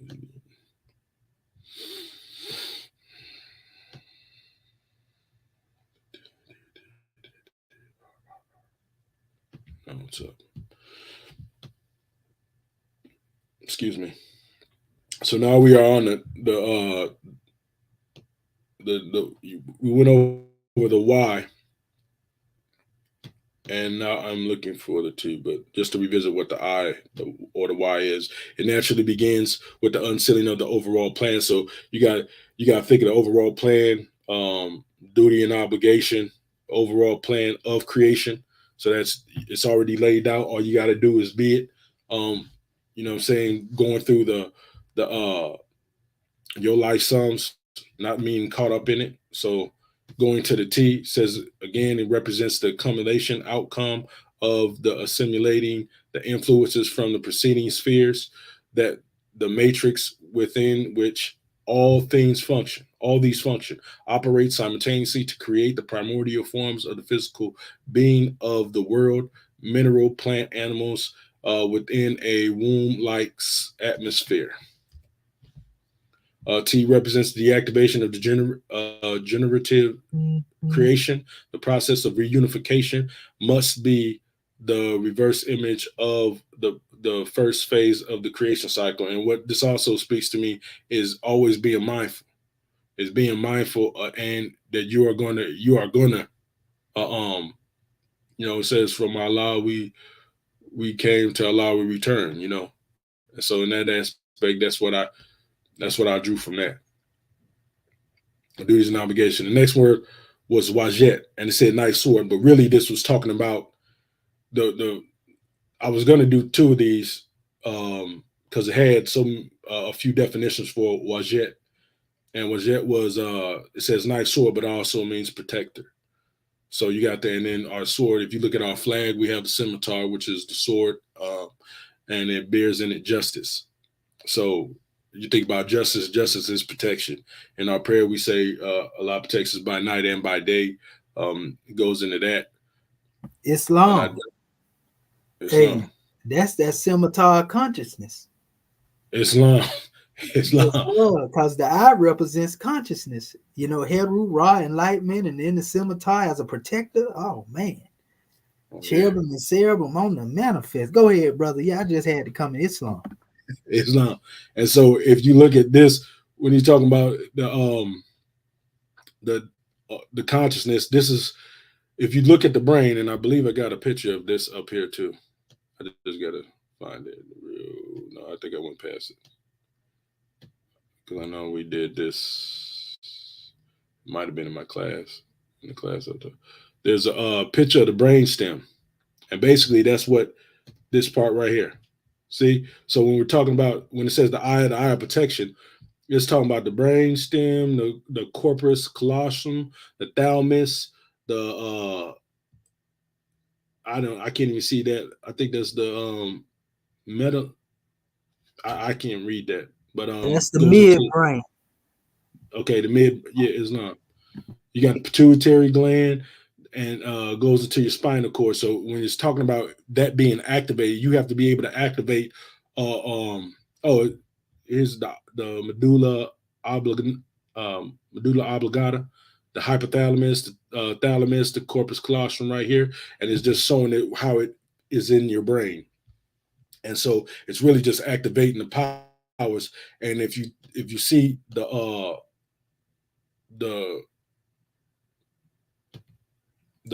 presentation, this is all part and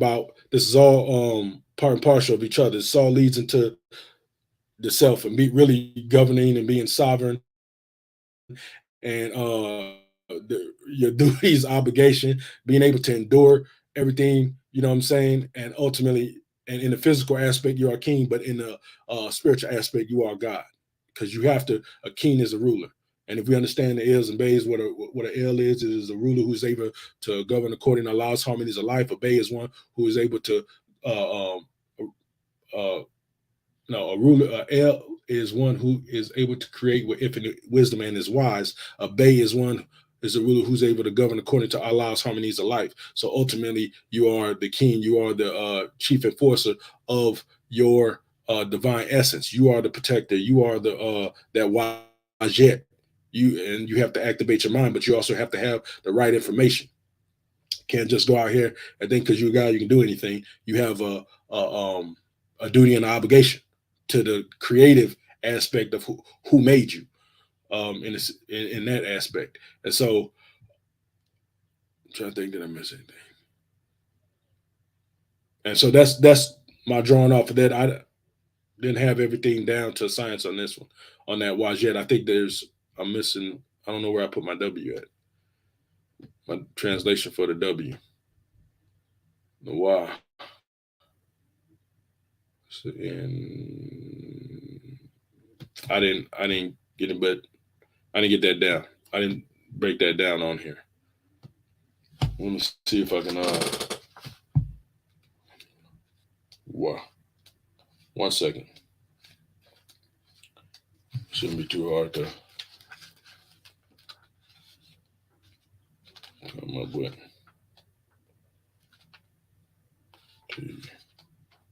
And then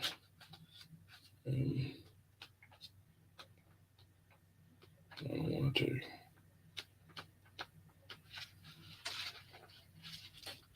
Okay, 1 second. Looking through this book right now. So 73. Perfect.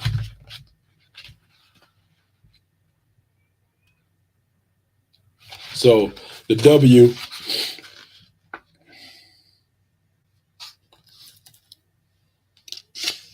says the W in the creation cycle represents the connection between divine thought. Oh, I did have it up there. Divine thought, intelligence from the upper to the lower realms of the world. As such, it is shown in the numerical terms. It says 2 to 4, and in the connectivity between upper and lower realms, connectivity between two circles, which in shape form the form of the letter 6, which is Wa. It says human offerings are made to get close, connect to the divine. Act of connectivity between the lower and the upper realms. And when you're thinking about human offerings, it's not talking about making blood sacrifices on the altar. This is talking about actual meditation. So when you're thinking about the human offerings, is meditation to where you connect to the divine. You're sacrificing your time and things that you may think that you need, and you're going into the state of thought, setting aside all that thought, being still and grasping and aligning yourself with the divine essence that was in you, so that you can get back to that the format of the creation, the creative plan. So that's what understanding the wajet. Now Petru, which is see and behold, and it's cold blooded because the F goes to the P. The F and the P, they give off the same puff. You know what I'm saying? So they give off that same sound, and F is the multiplication of the original created forms, the universal number of replication, generative powers. right? So you got to think, if you're saying behold, it done went from your mind, you done felt it being real, and now it comes into the fruition and you see it before your face. So look and behold. Although you got to think about the plans, anything that is created, you think about it, you feel it's real, and then it comes into existence. So that's where I got from the P, and that's 80. The T is 400, and the R is 200, which is 680, and the 6 plus the 8 is 14, and it goes into the 5. And so the R in the T, excuse me. Let me go back up to the T. 1 second.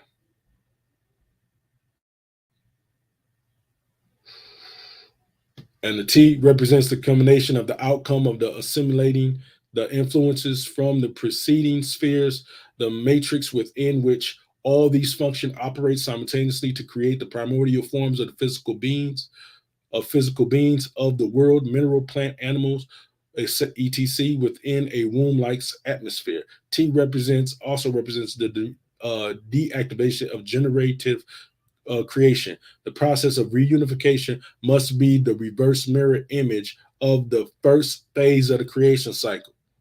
So this, you got to think about, even when you're going in from Adam Codman to that it speaks about, which is the spirit aspect of it, to be in the physical form of man. So the spirit aspect into the physical form of man, and behold, because everything has, it says, it says, like the prophet Noble Ali said, he says, every word I speak is spirit. So if it's spirit, that means it's going to have its time to come and manifest. It's going to go through the belief, faith, and fruition.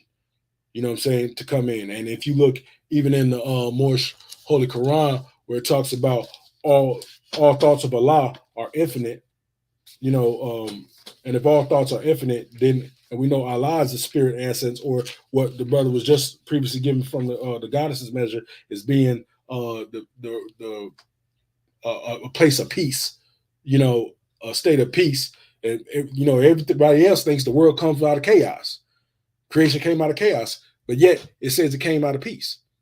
Because we're talking about Allah, we're not talking about what people that think they monkeys are, or came from monkeys. But going into, yeah, we can also see too, brother, the mirror of the consciousness in that in the actual image right there, where consciousness is mirroring itself as well. That's a powerful demonstration. Go ahead, brother. Light upon light, as the Grand Quran would say in the Surah Al-Nur. Go ahead, brother. And so salvation, salvation, our God unity, which is at the top of our divine constitution, our God representing that I, you know what I'm saying? And then man, so one is God's mind, and then man lining himself up, in that essence too. It says the thoughts of Allah are everlasting, of the past until the never-ending days to come. And so is man, spirit man. So man being the reflective of the creation cycle or the creative plan in the physical world beholds what we see before our face, and not necessarily what we're talking, not necessarily the physical structures, but everything is a reflection of the thought process, and so that's my understanding and my measure on this. I wrote down the what, add them all up, and it all equals 43, and the 4 and the 3 equals the 7. But I didn't get the chance to break all that down. I was preoccupied with some other things. So with that, I leave as a coming piece. Islam. Gratitude, grand man, powerful measure. We can also see why in that last drawing where Allah said, when you look into the face of man, you look into the face of Allah. That in and of itself is definitely a science attached to that special measure, because to see and to behold, a mirror consciousness, the same mind that is in the great God Allah is within you. The same divinity that's in the great God is within you. And now we understand why Yehoshua said, let this mind be within you, that was in him, so to speak. You know what I mean? Because he had a God consciousness and he was giving ones a drawing on the same measure, you know. And this also just, and we show this all the time, but it's good to bring it forth as well. I'm gonna share this right here, and this is just in support of what you already showed, you know. And when you was going over Elohim earlier, Elohim mean God's deity, but Elohim also mean judges, you know, and men. So yeah, that was a powerful drawing as well. So what I have, let me see here, yeah, is my famous drawing here dealing with Allah again, the same symbol. You see the one has the wajet in their hand here. And since we know it means to behold, you know, to behold, now it makes more sense when we understand the word wajat, a rajat in Arabic, a waj, you know, how it came from wajet. Another one of them words coming out of the language. This is the Egyptian, this is the Arabic. We know the Arabs originally were fathered through the Egyptian lineage because Hagar, Hajar, you know, which is, you know, expression of Hetcheru, if we go into a higher measure, because that represented the goddess. But, you know, we see Wajet gave birth to this word Waj. Why? Because the word Wajallah means the face of Allah. So when we look into the face of man, we look into the face of Allah, is because we are looking at the essence of man and not the physical makeup of man. So we find that the face of Allah, Wajallah, means this is the transcendent essence of everything, or the inner reality, it says, of each entity. This is what you behold. You're able to see this. Some of you see, can you see him? No, because you can't see him with the naked eye. You have to be able to see with the 7 eyes of Allah. Wherever you turn, there is the face or the reality of Allah. And that's the key. Not so much seeing a physical, but seeing the personification of the reality of the divinity of the creator in everything in creation. Recognizing that everything that you see is but a veil of the creator and his presence. So he is ever present. He is ever present because everything in life expresses his presence and existence. So whether you look at it or not, in that way, you see, you know, the manifestation of the creator in his creation. This is powerful. So that's the real meaning when you go into the essence of this word wajet, you know, as it connects to the Arabic word waj Allah. Because wajet means, again, the eye of Ra and Heru. You know, we just show that because most people have one of the two. The omnipresence of God in man. But we know man is the microcosm of the macrocosm. So when we speak of the omnipresence of God in man, we're actually speaking of the omnipresence of God in mind, the omnipresence of God in consciousness, you know, that divinity that exists within the creation in and of itself. So the omnipresence of God is always on the manifest. You see, and he is well seated upon the throne. Remember, we talk about Kursi, Arsh, and Istawa. He rose, you know, so omnipresence, omnipotence, and omniscience, omniscience. You see? So this is powerful, powerful. You see, these pillars represent establishment and endurance. You know, man, this is, it don't get no plainer than this. He let you know, I got God in me. Right here. Allah. Ah-Ra. Allah. You know, so that's it. I just wanted to add on to you, brother, that last one, you know, dealing with that eye. You know, because no matter, you know, if we come back and we deal with the hammer repetition, it always add on to the bill. So we make it plain. And this is why we keep telling our people, you know, a picture is worth 1,000 words. You know, even more than 1,000, so to speak, because nobody can teach you metal netta in the way that we demonstrating it with you right now. We showing our people, we showing our people basically our methodology is right here. You know, it's not something where you go and just go up there with an effortless, you know, attempt and go to saying this represent the letter R and this is this and that is that. No, we are going into the science of these ancient Kemetic formulas.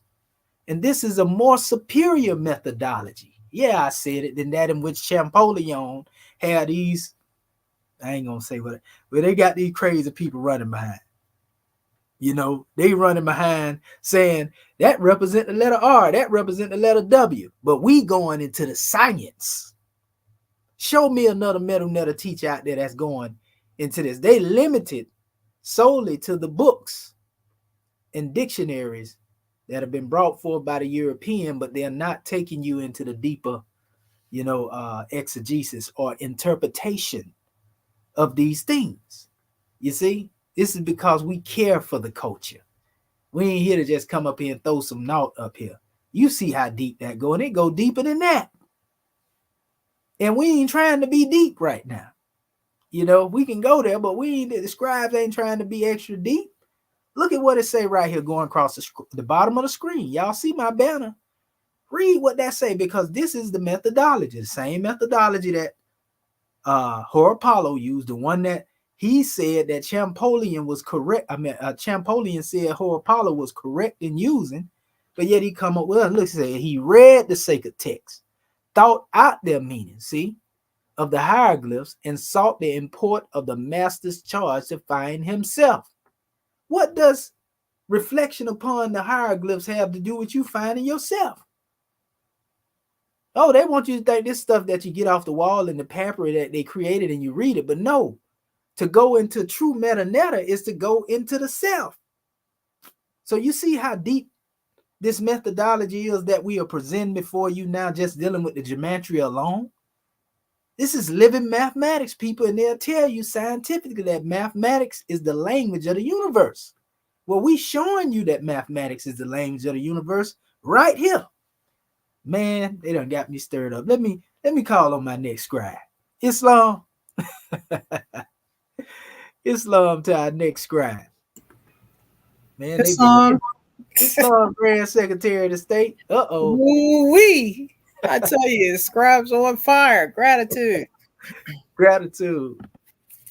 Islam Moorish Ken, first of all, I want to rise, giving all praises to our Father God Allah, giving honor to our Prophet, Noble Drew Ali, the last prophet in these days and times, giving honor to our Consul General, Texas, for opening our meeting according to law, also to our National Assistant Grand Secretary of State for our chapter, to Act 1, our family online, and to you, Dr. Shahid, for hosting our E.A.R.S class. Going to share my screen.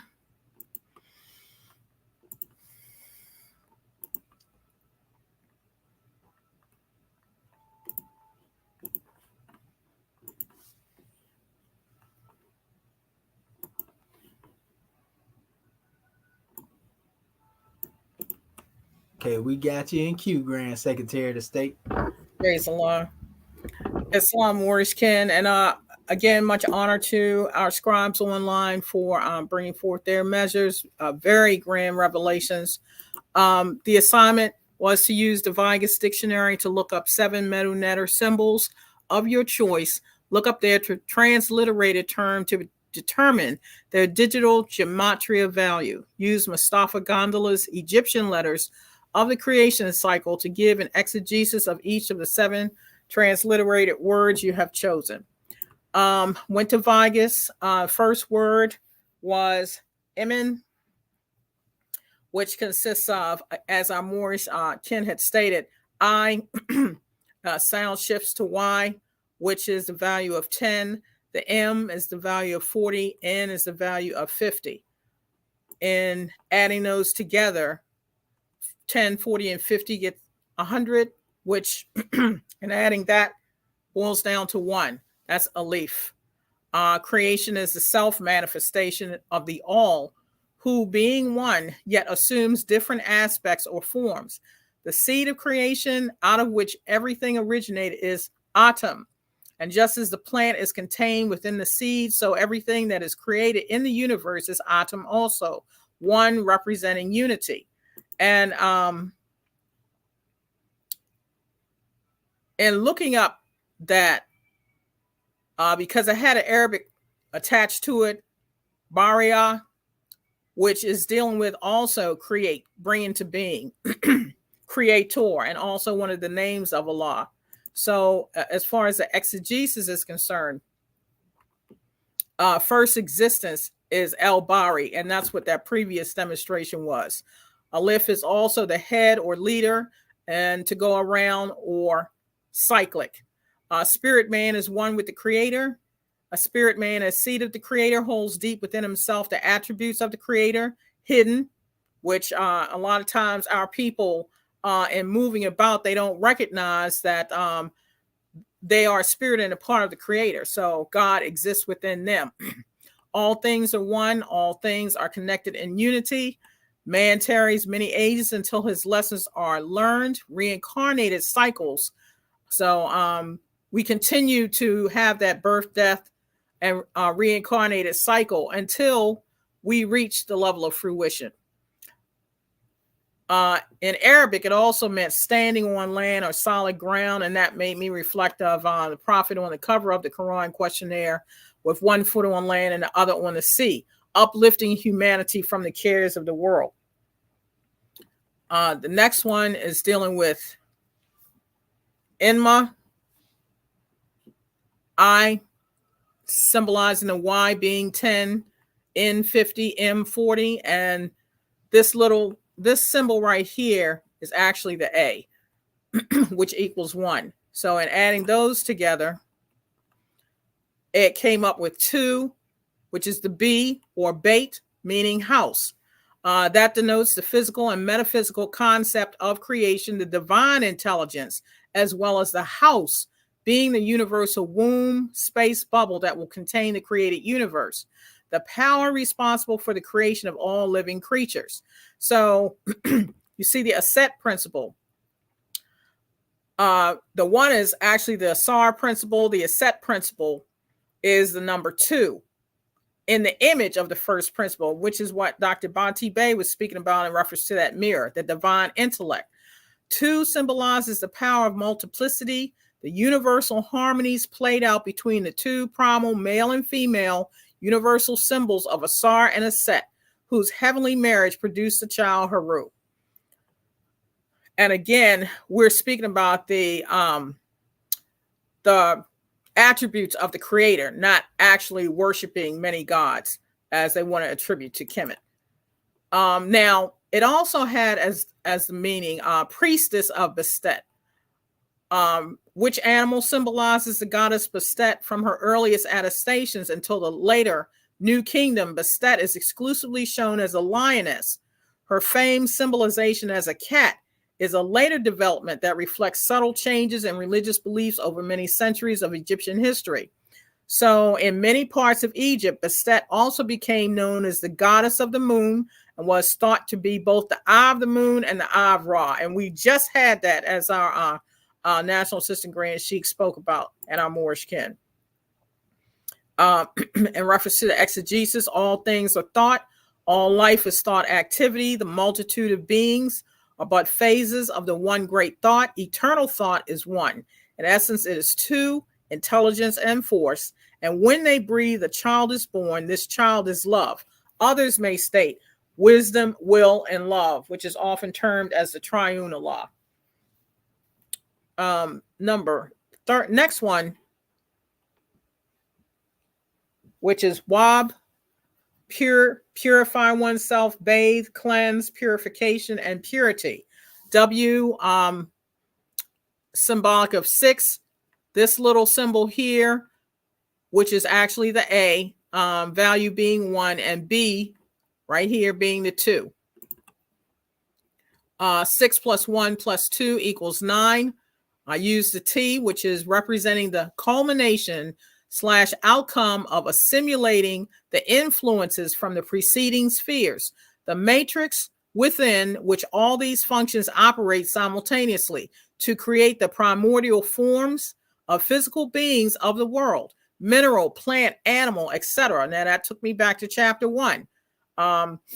Within a womb-like atmosphere about to be manifested. 9 describes the 9 members of the Grand Ennead to realize the outcome of their combined efforts in conceiving the primordial forms of physical beings of the world within a womb-like atmosphere and about to be manifested. The 9 gods of the Egyptian Ennead are Atum, Shu, Tefnut, Jeb, Nut, Asar, Set, Seth, and Nephthys. 9 represents re-entry in our unfoldment and solving the fix within ourselves, one must continue to purify the self as purity paves the way for love divine. And I also looked at it as far as our harbinger, Marcus Mosiah Garvey L, paving the way, which is symbolic of purity, paving the way for our Prophet Noble Drew Ali, which is symbolic of love divine.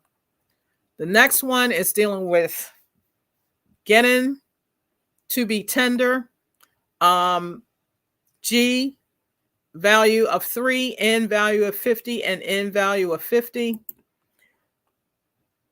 3 plus 50 plus 50 equals 103, and 1 and 3 is 4. Dal, the 4, sets the unifying divine law to govern and maintain the natural working order of the created universe and sets the working relationship between its parts within a unifying orderly system / matrix. The framing of the divine laws, Ma'at, that will govern the physical world and the psyche of man. And also, Morishkin, when we were speaking about that number 2, Bay, as Dr. Banti Bay has stated, Bay is also here in Moorish science, symbolic of divine governor, and L being divine creator. And we have to be able to govern what we create, dealing with the God within the self. So when we look at the exegesis for Genin, Moorish Americans have received the divine laws brought forth by their prophet, Noble Drew Ali, left that off, sent to redeem his people from their sinful ways. When able to see the God within your brothers and sisters, this assists in bringing about the universal harmonies in life. Tender is to be loving. And I also had compassion, mercy, and kindness. These are the virtues that we have within ourselves, but they are also attributes of the Creator. All right, so Henu, looking at the W, sound shifting to U, meaning rejoice. H, value of 5, N, value of 50, and W, value of 6. 5 plus 50 plus 6 equals 61. 6 and 1 is 7. That's Zane. Visual / mental creation of the separated entities of the universe, like the separation outlines in a connected picture puzzle, an orderly separation plan. So creation sequence represents the creation state of the designs of the various species of being by first creating images, which act as matrices or molds that direct the flow of the forces of nature in their work of organizing physical matter into objects, forming images of the total reality in order to create them. And see, if we take time to deal with the study of the self, we do this each and every day. But if you're not aware of it, then you run into a lot of blockages or wondering why you ended up in a certain situation, because we're instructed to, in essence, you got to guard your thoughts. All right. When you think in negative thoughts, you're going to bring about negative conditions, which you may not be able to govern. So this is why it is imperative to be able to purify. And when we look at Henu, to rejoice, the prophet let us know, I brought you something you can shout about. And to be content is to be happy. We had our class last night that was speaking on that as well.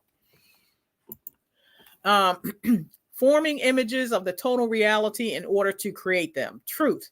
Thought is the cause of it all. The Creator never created a heaven for man nor hell. We are creating our own. Now, this also came up in our scribes demonstration, the boat that our National Assistant Grand Sheik was speaking about. Rower and oarsman. I have that as hen. Value of H is 5. Value of N is 50.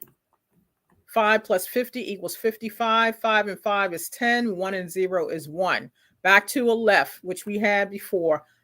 Atam represents the one or first existent, the alpha, the first and the foremost, the all. The seed of creation out of which everything originated is Atam, or Adam. And just as the plant is contained within the seed, so everything that is created in the universe is atom also. One representing unity, the absolute is unpolarized energy.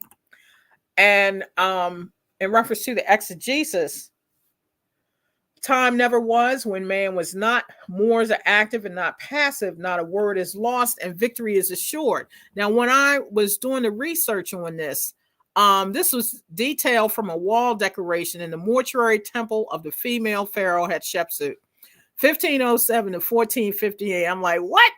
This is rowing, not paddling. The oar on the right is clearly shown in a rowlock. So the deceased was expected to be an active member of the boat's crew. He had to row and pilot the boat. I am he who rows and does not tire in the boat of the sun god Ra. I take my oar, I row Ra when traversing the sky.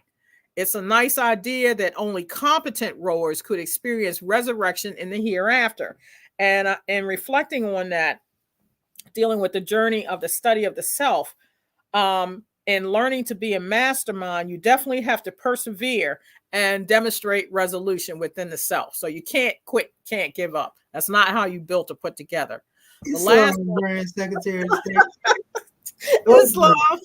Did I hear you say that the waves was moving and shaking the ship and all types of stuff going on, and also that we able to sail on smoother sea when we cut the cord to the manifest? Oh my goodness! Did you just say that?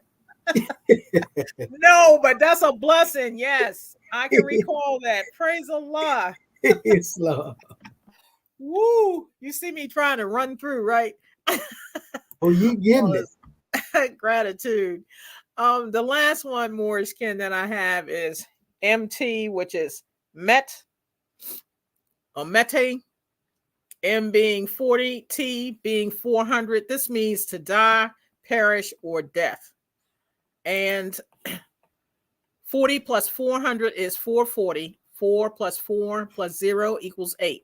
H is the Heh, representing the means by which the separated entities of the universe continue to maintain their bond, contact, connection with their divine origin through a covenant, setting the rules governing the correlations between the metaphysical and the physical realms. I'm like, woof, that was powerful. The above and below. The eighth sphere of the creation sequence sets the boundaries and governing laws of relationships and interaction between the divine and the created universe, the right beliefs and practices through the use of affirmation.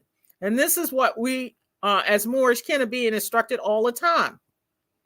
The people provide rituals, sacrifices, and offerings, the fruit of their labors, and the divine powers give back their blessing.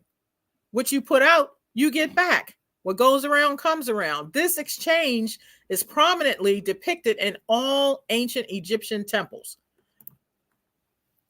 Exegesis for die, perish, and death. The soul searches for truth even to the ends of the earth upon finding the path of righteousness, because it could take you many lifetimes, okay?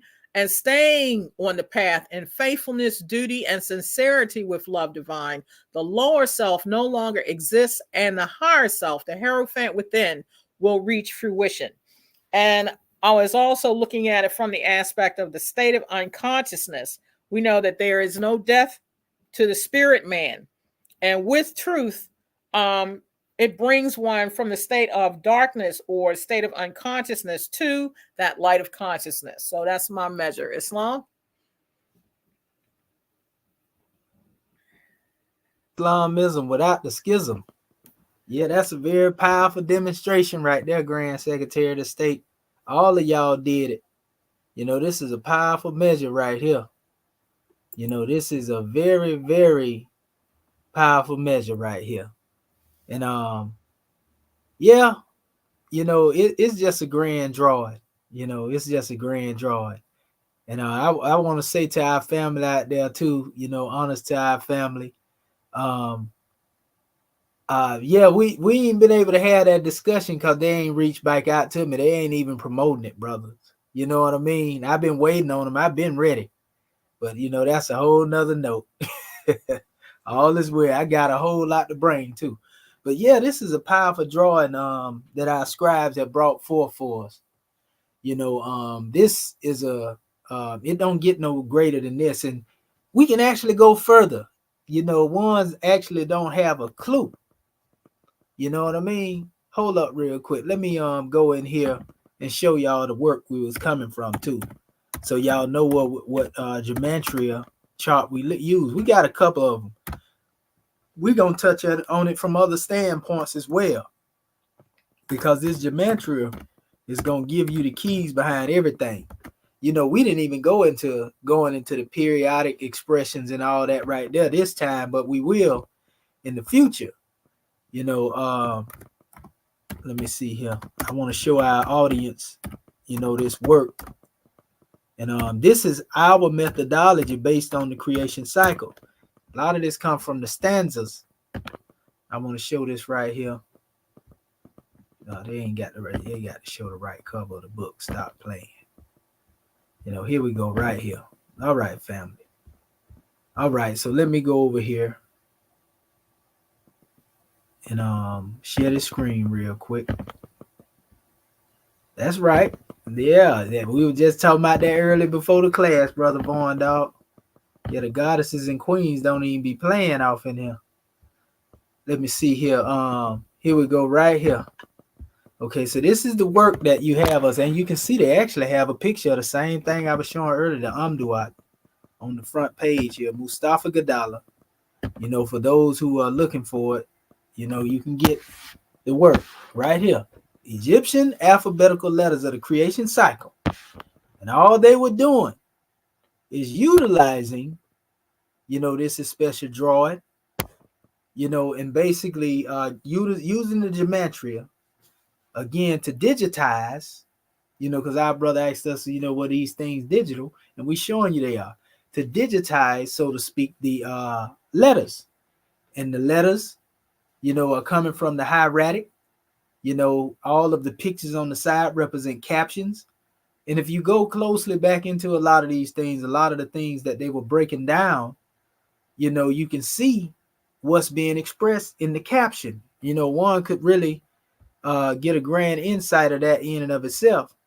And I had a drawing here. I didn't want to go right there. That's the all-tune version. But, we've been doing this for a minute, family. Even dealing with the language. I don't know why that sister thing is up here on my thing here. It won't go away. But anyway,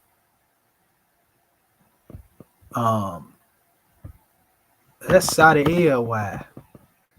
Let me see what. I guess it got it froze down there for some reason, but nevertheless, it says the ancient Tehudian etymology of the mother tongue, and if we were showing this stuff, showing our strong words on how you can evolve, the definitions of things, and you understand this is Kemetic, this is Tara. But now that we understand sound shifting, if you look at Tara right here, we can see how Tara becomes Thara, Tara, Zara.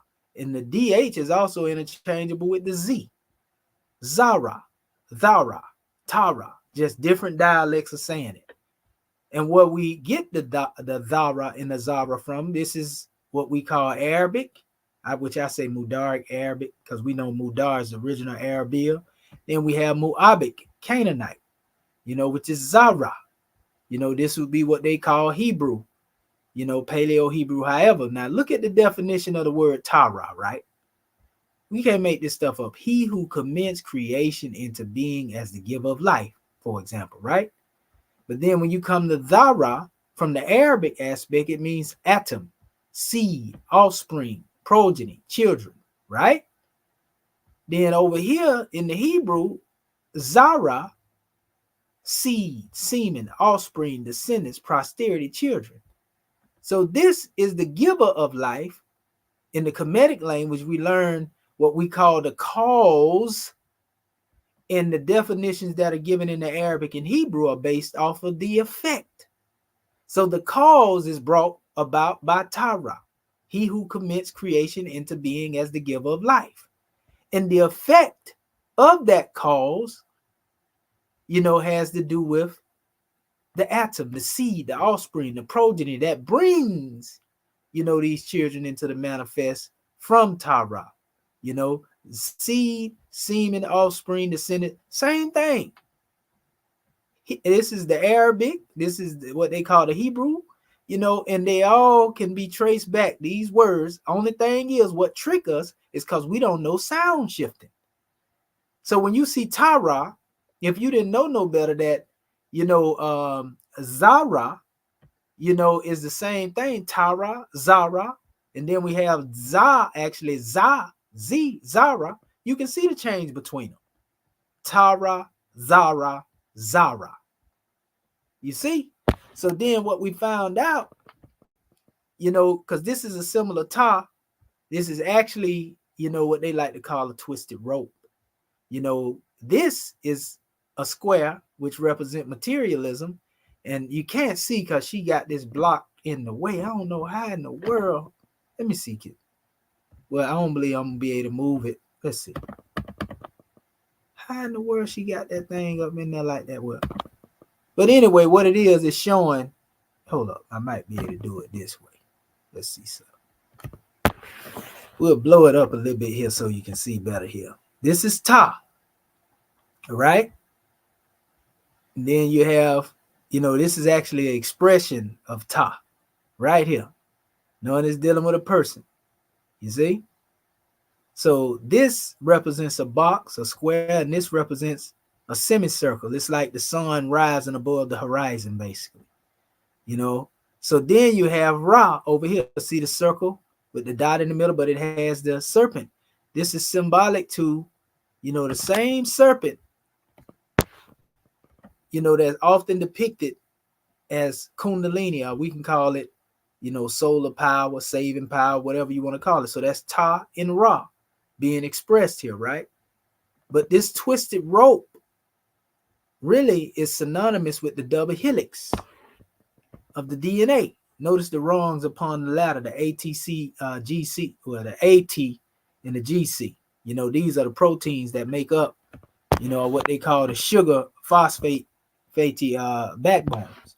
But nevertheless, you can see all of this right here, because what does the atom do at its essence? The atom has a helaxial motion where, there are expressions of, rotation around its nucleus.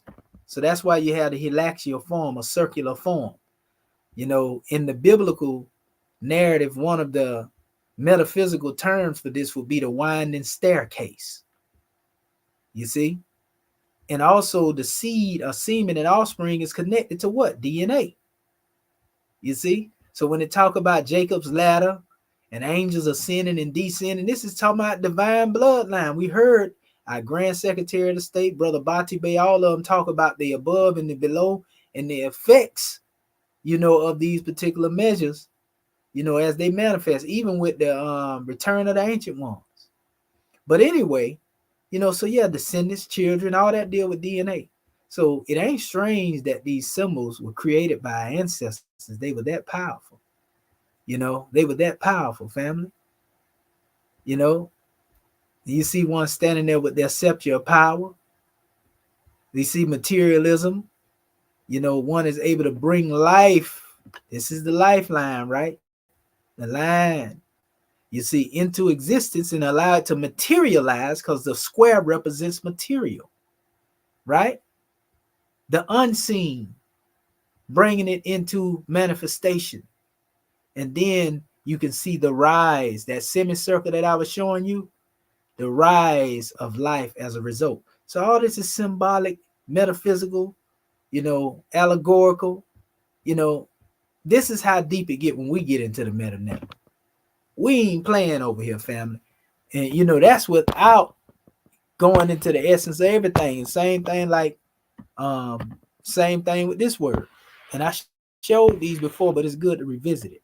The ancient Tehurian etymology of the mother tongue, Ta, again, he who commenced creation into being as a grand master architect here, though, without Ra. Long is he who commenced creation in the being as grand master architect, right? So in the Moabic Canaanite, you have Bada, Abadi, Pata, Ta. So the root here is in Da, Bada, Bada, right? Badi, which means to begin, to commence, to invent, or to start, right? Now look at the Arabic. Bada, same thing. Bati. See? The ta. You see? So once you understand that the D is interchangeable with the T, the A is already there. Also, the P is interchangeable with the B.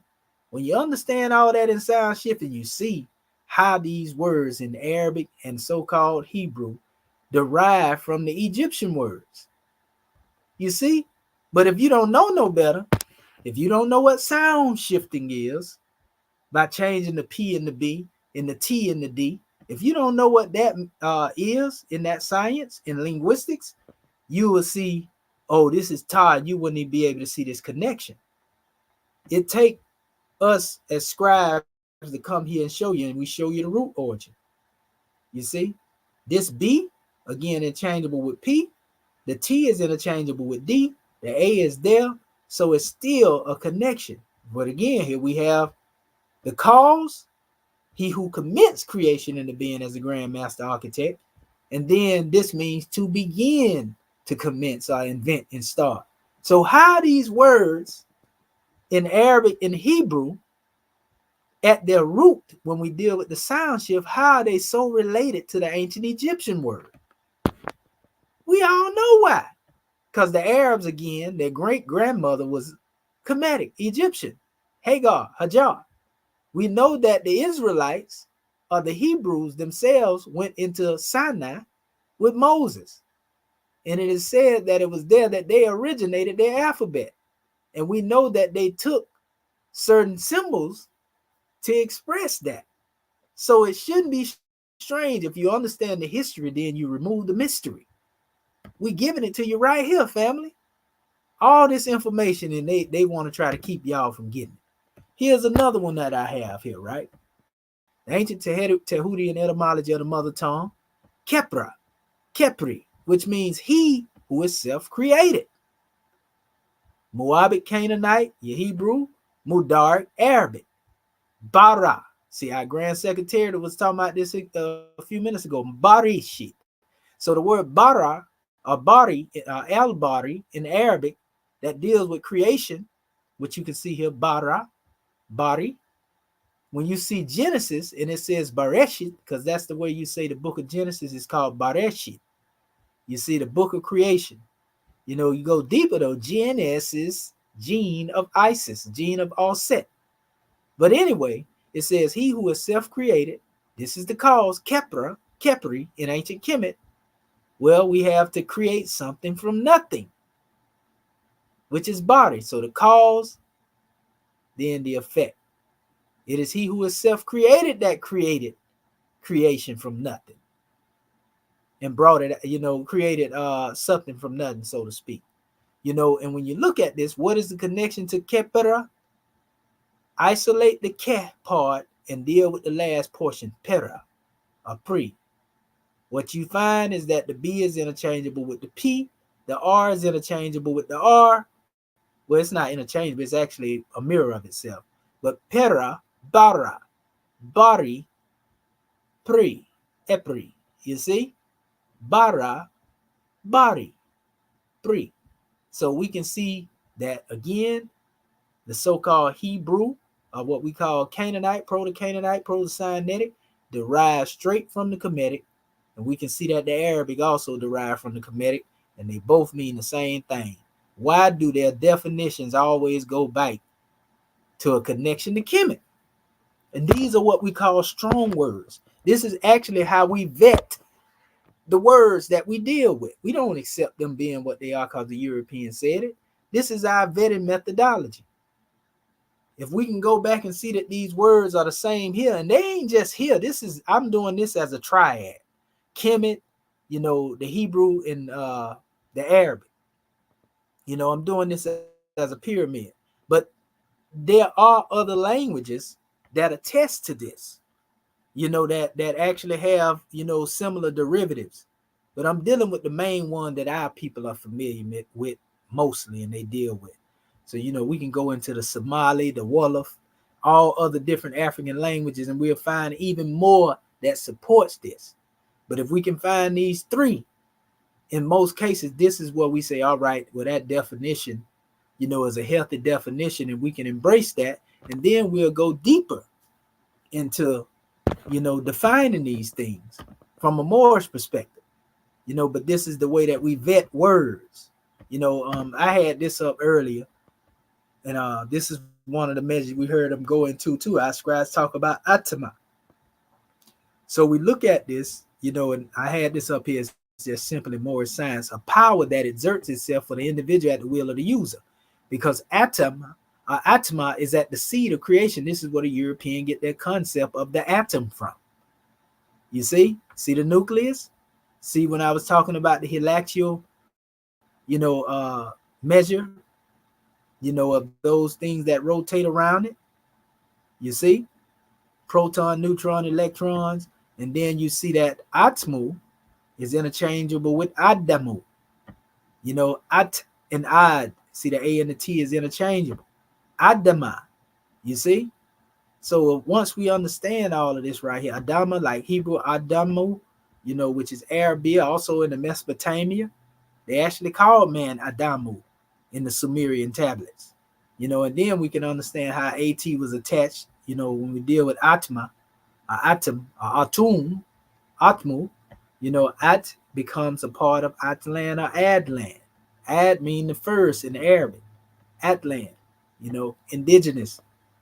So it's a lot of stuff in here, family. So a power that exerts itself for the individual at the will of the user, because if Atma is at the center, atom is at the center of your being, then there's a life force that is driving, everything it is that you are, everything that is you were, and everything it is that you will be.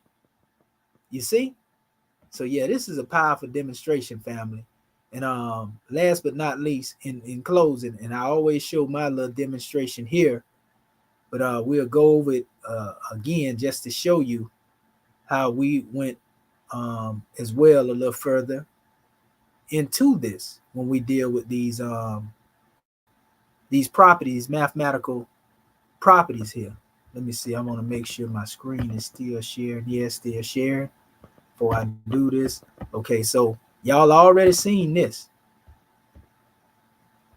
and I'm gonna do it this way. I'm gonna open it as a new tab and see yeah, that'll take it. So as you seen, this is what made me what you seen our scribes do. This is what gave us the ability to go beyond, the basic definitions that were being given in these dictionaries and get into the gematria. Because that's what I did here, especially when I came across the God's code. And if we look here very closely, it says the everlasting gospel is a saving power that comes from the great God through our ancient forefathers by his prophets. Right? What do I mean by this? Gospel is a saving power that comes from the great God through our ancient forefathers. So that means that it has to be a part of our DNA. And when I was saying earlier, I was asking our scribes, I say, well, where do this transliteration come from? Like the hey here, the hey who, the hey down here. Where did that come from? And then we say hieratic. So what we did is we took the hieratic form, we reverse engineered it from these pictorials that the European had, and we went into the letters, and we went into, the breakdown of the word Yahweh. You see? So this would be your Y, this would be your H, and this would be your W and your H, so to speak. This is also interchangeable with what we call the letter F to a certain degree, and you'll see it down here. See Yah? This is your Yah, Ahya, Aya, Aya, right? And in fact, the word Aya, when we say, who are you? Who am I to tell them that it is that sent me? He said, Aya, Asha, Aya. I am that I am. So this is like the I am expression, the Yod portion. This is here. Synonymous, you know, we say the arm, see the same arm, and we was talking about this earlier. Same thing we showed earlier, right? We say the hand is symbolic to the mind. See? So often when you see them put this together in the Hebraic aspect, you know, this yod thing would represent the head. But anyway, you have the W, that's F plus V and W. We're showing the sound shift here. See what elements they represent. Pardon myself, I should have went to hay first, you know, which was nitrogen. YH, hay, nitrogen, and then W, right? Oxygen, then H, here, nitrogen. So that's Yahweh, as they say, right? And this is the same thing here, but in the hieratic. So I showed the connection to these, and all these are just captions. These are captions depicting the same expression that relates to this particular one, He, Yahweh, Yah. You know, all these are the same type of depictions. If you notice, see this little piece coming up out of the head here? You know, you can see it right here as well. You can see this one had their arm raised same way here, squatted down on one knee here. So this is the same expression here. One is just, you know, we'll say pictorial drawing, and this is the actual relic, so to speak, of this same entity here. So we see the arm, we see that entity, then we see, you know, the serpent, so to speak, and then we see the entity again here. All that's the same thing being expressed here. Now, when we come here, this is the God code of the DNA, right? And it means God eternal within the body. When you get down here at the base, you had Yahweh, but when you get at the bottom, it's Y, H, W, and then Ka. And they'll have C sometime. So instead of hydrogen, nitrogen, oxygen, nitrogen, which represents the name of God himself, God eternal within the body is hydrogen, nitrogen, oxygen, carbon. Because the difference between the two is that the carbon is what brings materialization on the manifest. These are the exact elements that make up our body. You see what I'm saying? That's why we say God eternal within the body. The God eternal in the body has to do with Yah. You see? And that's Y and H, Yah, right? So when we go into this, we went further and we went into the periodical table. You know, because what is this? This is your nitrogen. This is your nitrogen, right? This is your oxygen. And this is your hydrogen. You see? Again, that's Yahweh. But when we come down here, then we see that other thing that brings us on the manifest, what makes the physical come on the manifest, that carbon atom, you know, this, you know, is here as well. So each one of these represent the atomic mass of each one of these. Like carbon, the atomic mass is 6, hydrogen is 1, oxygen is 8, you know, and then you have the atomic structure of the nitrogen, you know, its mass is 7. We got both of them here, same thing. So what we did is we go into the math of this special measure, and we can add all of this stuff up as well. I don't know why it's not letting me minimize it now. Yeah, this thing acting real wacky. But all is well. Nevertheless, when you get into the essence of this, now you understand what it means. It says the everlasting gospel is a saving power that comes from the great God through our ancient forefathers. Well, what do we mean, everlasting gospel? Being a saving power. Well, if we look at this, as you can see here, I referred to this as an anaglyphic formula, Kemetic formula to be exact. This is the formula here. You see, I just gave you the numbers and the numerical value of these particular expressions. So this says hey represents hundreds and thousands of years. So that makes sense when we talk about everlasting gospel, right? Hundreds and thousands of years, a saving power, right? He who, which is also connected to the same. This is hair here. See the beard coming out, the head. Eternity, one of the 4 elemental gods of the company of thought, or Tehuti, right? Saving power again, everlasting gospel coming from the great God through our ancient forefathers. See, the company of the gods. Here. There it is. It means to rejoice. You see? And this is a form of, adoration, praise, thanksgiving, so to speak, and not the holiday the European created. And then it says a great but indefinite number. So we can see this word he is strongly associated with eternity, hundreds and thousands of years, he. And that's what this actually represents. This is like a meter of time. But anyway, it says everlasting gospel is a saving power that comes from the great God through our ancient forefathers by his prophets. So that saving power comes from Yah, and it comes through the prophets because they represent God eternal within the body. You see? So they transmit this wisdom to us. You see? And it's creative faith that make it possible, because there's also a connection between Yahweh and the Elohim. And I show that all the time in my other charts.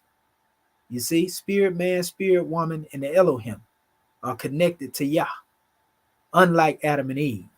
You talking about Ish and Isha now, and we talked about them last night. So, all of that is locked up, in these charts that I have created to try to make these things comprehensive. And this is what we mean when we say our methodology is, the contemplation. We even showed it up here, in the same measure here, which I show y'all all the time. But we went into our Moorish Holy Quran. We got basically more creative. We went and looked at the dictionary definition, and we broke these things down by adding again, the math of the numbers, and we came up with the root, which brought us the Alpha, the one and all from Egypt, the Egyptian creation cycle and divine infusion, and we seen in the anaglyphic formula here, exactly what's being expressed. So when you understand these formulas, these actually become words of incantation of Heka. It goes beyond the way that they try to teach it to you. See, and then you have the W too up here, which is connectivity between the up and lower realm. See, that's the AH, W, and this here, and then A is 1, H is 5. When you add the 2 together, W, you get 6. That's where the 1 plus 5 equals 6 come from. You see? And so when we went into the breakdown of that right there, I mean, it's a powerful demonstration, family. Look at it. In their definition, said make, to endure, to last, to make, stay in house, causative, lengthen life, last long. So we go into our Moorish definition, and then we come up with the definitions of the word. And this is part of the process of, creating, the dictionary, so to speak, right? Infinite, everlasting, other pass on to the never ending days will come. That's our best way of expressing this word. Everlasting life, everlasting retribution, everlasting gospel, a seed of everlasting life, boundless power, boundless space, vast estate, a long, long time, tarry longer, long ago. All of these words compensates for the definition that they gave here, but we went further into our teaching. So what we learned about bringing all of these things together, we see the 4 and 3 is 7 here too, when you add these things up. We see that scientifically, lithium and beryllium, which are sources of energy, so to speak, the two together represent electrical conductivity with exactly 0 resistance, which actually represents infinity, where there's no resistance. There is no dying out of the energy source, basically. So this have to do with everlasting. Again, to make, endure, to last, to stay in house, lengthen life, last long. And I just gave you the Moorish definitions. And so we took that measure and broke them down into the anaglyphic formula. And then, this is what we got. The one and all, divine infusion, connectivity, again, between the lower and upper realms. So like I said, this is way different than that stuff Champollion out here trying to teach the people. And this is our methodology, that we came up with, and it don't get no plainer. You know, it don't get no plainer. So this is a powerful drawing, family. So I just want to say gratitude to my scribes, you know, and if I think our brother Marvin Edward Bay may have a measure to bring on the manifest. Do you have your assignment, good brother, or you just have a drawing for Yes, sir. I just got a drawing. Islam? Yeah, I just want to say, yes, Dr. Marvin Elvis Bay out of the Texas Consulate. Praise and honor have been given. I just want to say, man, this has been a very powerful class, and again, honors to the scribes, because they put on a magnificent demonstration. You know, Dr. Curtis Bay, man, she has jettisoned into the higher realms, you know what I mean, overnight, seemingly. And of course, Dr. Bati Bay, as he continued to unfold, and our National Grand Secretary of the state, you know what I mean, she's that tribe of endurance, continuing to give and continuing to unfold, you know. And as you guide this ship of divinity on off, you know, and honors to our National Grand Sheik, who is here, you know, observing and keeping us in the balance of things. You know, it just shows how powerful these lessons that you are bringing on the manifest. You know what I mean? And as the scribes was given their demonstration and how it affected me, you know what I mean? I can bear witness that that's indeed how we're going about affecting our people, because this is very educational, you know, very enlightening, because it's the truth. You know what I mean? We're showing how what has been taken from our teaching, our lessons from our ancestors, and has been turned upside down and around to give to our people so that it can be held in captivity. You know what I mean? Well, here we are in this Morris American government coming back to free our people, to aid and assist, because we know that Allah is leading on and victory is sure. You know what I mean? It's just a powerful thing, and I'm so grateful for being here, and looking forward to, you know, making the time to do it. Well, I'm catching up as we go. You know what I mean? And I'm just so grateful for being here. Gratitude, God, man, for all you do and for all the scribes are doing. And Islam and peace. And gratitude to you, grand man, and all that you do. You know, everything is coming together just like it's supposed to, man. Y'all doing a good job. And it's an honor to stand on the shoulders of giants such as yourselves, brothers and sisters. Islamism without the schism. Well, at this time, we're going to go to our Grand National Secretary of the State, Sister Shepsut Rakat Ma'at and Putu Takamin Bay, Islam. You there, goddess and queen? Islam, praise Allah. Islamism without the schism. You know, I can't say this enough. Having already risen, giving praise and honor where due, it's such a blessing to be in class. Much gratitude to my Moorish kin online, our scribes, to Act One, and to yourself, Dr. Shaheed.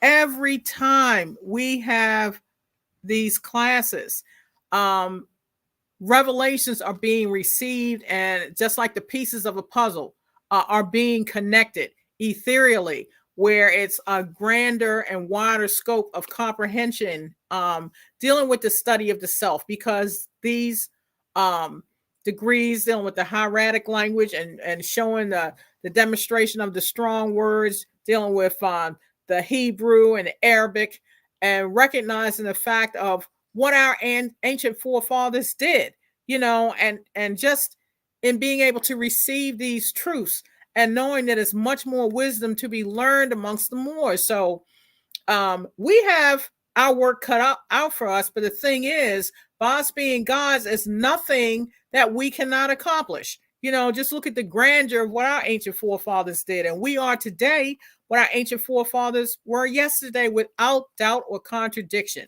And you being able to put it in the breakdown, Dr. Shaheed, in reference to formulas, and being able to discern and you know, quiet the mind to receive the revelations coming from our Creator, as far as what one would call as metaphysics or what have you, and gematria. I had not even heard of the word until this is special class, you know, but making it a living mathematical demonstration, and to see where we're right there in the middle of it, because everything comes from us, so it's just a grand demonstration. I just appreciate all of the blessings from all of my Moorish kin, and I'm just very humbled. Gratitude and peace and love. Gratitude. Gratitude and peace and love. And you boys did a tremendous job on dealing with this measure. And you see how vast, this information is, because, like I say, we just gave our people. Okay, Islam, grand man. Oh, listen, man, I just got to give praise to Allah and on to the Prophet Noble Ali, because this is a magnanimous journey, man. Thank you. Oh, man, I feel like I'd have been home and back. You know what I mean? So thank you. I appreciate you. We love you. Great job. Great job. Islam. Well, you always know we love to hear from our chairman. Islamism without the schism. Well, you already know we just trying to get our portion of the understanding and wake them up so they get away from them Europeans. That's a hard thing to get our people to do, though. You know it. Islam. Well, all right. At this time, we're going to call on our National Grand Sheikh, Dr. Serapis Amin Rael. Islam, you there, Grand Man?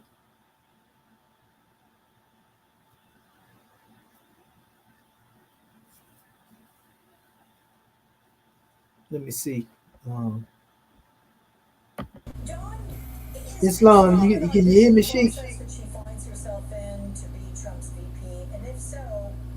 I think our Sheikh might have stepped out because I just unmuted. Well, he just unmuted his phone, but for some reason. No, that was me that unmuted. Oh, okay. Yeah. That's why I say he might not be on the location at the time. Or he might be resting. Islam, Sheikh, can you hear me? Islam, praise be to Allah. We know our brothers most definitely on about the business of our Father God Allah. So gratitude. Well, all right, at this time, we're going to go ahead and call forth the rest of our scribes so we can take this demonstration to third heaven. Get ready for our Sunday school class. Islam. Islam. Dr. Dendra Kurtabay.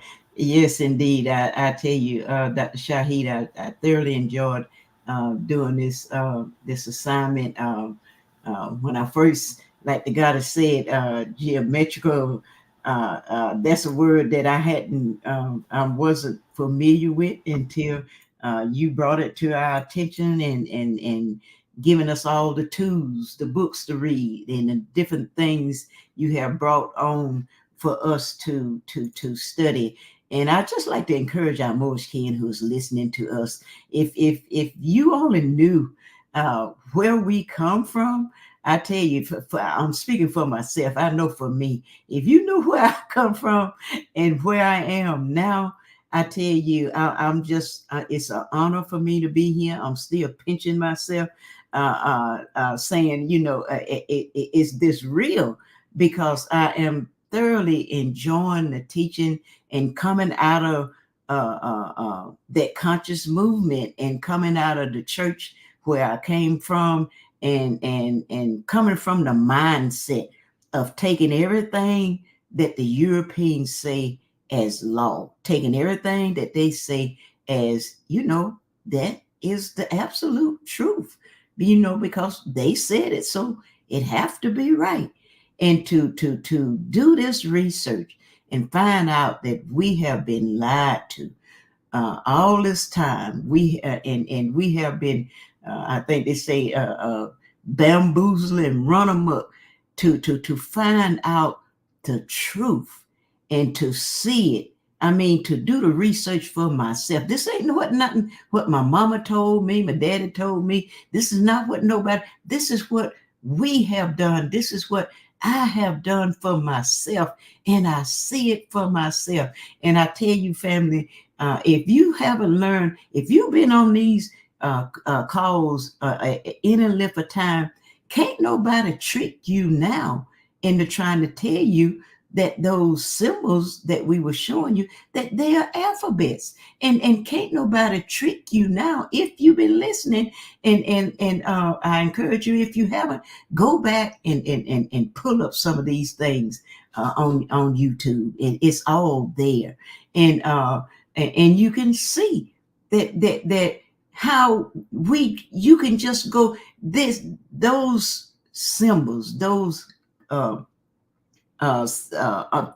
those pictures on the wall, on the pyramids, they are not alphabets, and you have seen how you can go. So it's much more than an alphabet.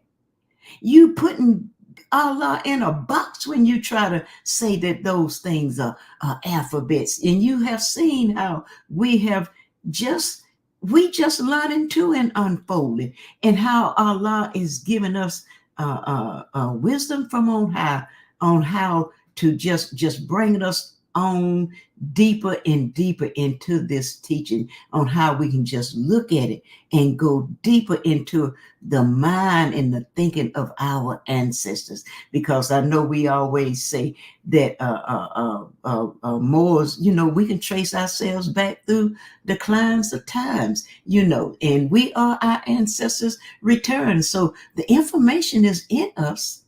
All we need to do is just tap into it and pull from it. And like you said, like the goddess said, gratitude to you, Dr. Shaheed. We give you your honors for your time and your patience.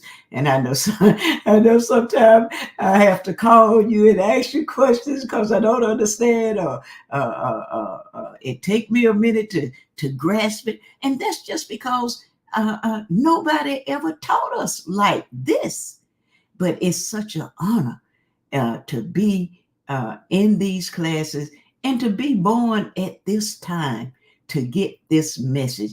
I used to think, if I had been born at such a time, no, I was born at the right time, and this is my time. And I am so thoroughly enjoyed it. And I encourage my Moorish kin to continue to come and unfold with us, because we are unfolding. I don't know I don't know all this stuff. I'm still learning how to use my computer. And so, but it's a joy, it's fun. And we just encourage our Moorish kin to continue to come and listen, because we will tell you the truth. Islam, gratitude, great class, scribes. Islam, great demonstration. Gratitude for letting me share. Peace and love. And gratitude for sharing, Goddess and Queen. We give honors to you for your draw and your contribution. Praise be to Allah. Islamism. Well, all right. Well, next scribe. Islam, Brother Bati Bey. Islam. What it's crazy that how they try to bury us with and the deeper they dig, the more that they uncover that we are the original. And the more we dig here, the more we uncover that this stuff is easier than you think to understand who you are. You know what I'm saying? And as we dig, it speaks to the chairman book, the exhuming of a nation. We're exhuming what all the things of our past, all the sciences that we brought forth, and we are here in this era and time and showing the work. So it's not like it's hidden, like you see a lot of the West, or you see a lot of the Western ways they'll try to hide their work and then try to come up with it. We're showing the work as we go, so it lets everybody know that you also have the capability to do the same thing. This is not. You don't have to go to no Harvard, Yale, any of these schools to get educated. All you gotta do is take the time out yourself, get your little study group together, and be able to build what a civilization truly is, and not what we see here. And so give honors to all the Moors online, our Grand Sheikh, our assistant, our chairman, our assistant Grand Sheikh, the Grand Secretary, our consul generals, and and our Secretary Islam. All the more is online too as well. Peace and love. Islam, peace and love. We give honors to you, scribe, for that especial drawing. And praise be to Allah for all that you do. Yeah, we ain't got to go to none of their institution. We can see no matter how much evidence you put up here, most of our people going to be stuck on, silly, so to speak. So we ain't even worrying about that no more. We just going to give the people the truth. Islamism without the schism. Well, all right. Well, our brother Marvin, that was bad, the last scribe. Islam. Grand man. And gratitude, yes. I'm just so grateful to be a part of this unfolding. This is what it's all about. This is the unfolding. You know what I mean? As the Moors come back to their own. I mean, and like Dr. Bay is saying, yeah, it becomes easy because it is ours. You know what I mean? And it's coming from within us. I mean, this is what's so beautiful about it. You know what I mean? It's not something that we borrowing from someone. You know what I mean? Stealing from someone. No, it was stolen from us. But we were buried in ignorance, in lies, and deception. I mean, that's his forte, the master of deception. You know what I mean? But who we are the gods of the universe. As they called us, galactic weapons. But that weapon is a weapon of elevation, of light. You know what I mean? Love, truth, peace, freedom, and justice. As long as we do things in love, truth, peace, freedom, and justice, we can't go wrong. We can't falter because it is, God has said, it's our time.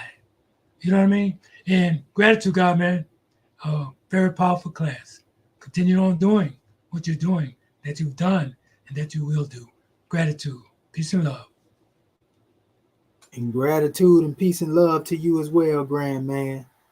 We give honors to all it is that you do, and all it is that you will do, and all it is that you will continue to do, for what your prophet brought you and everything he taught you, Islam. Well, all right. At this time, we're going to turn it over to Sister Curta Bay so she can put the seal on this demonstration, the grand seal of the circle in the seven, Islam. Islam, Islam, Islam. January 15, 1929, a warning from the prophet to be read at every meeting. I hereby inform all citizens that they must end all radical agitating speeches while at work in their homes or on the street. We are for peace and not destruction. Stop flashing your cards at Europeans. It causes confusion. Remember, your card is for your salvation. Failure to obey these orders would be a severe consequence.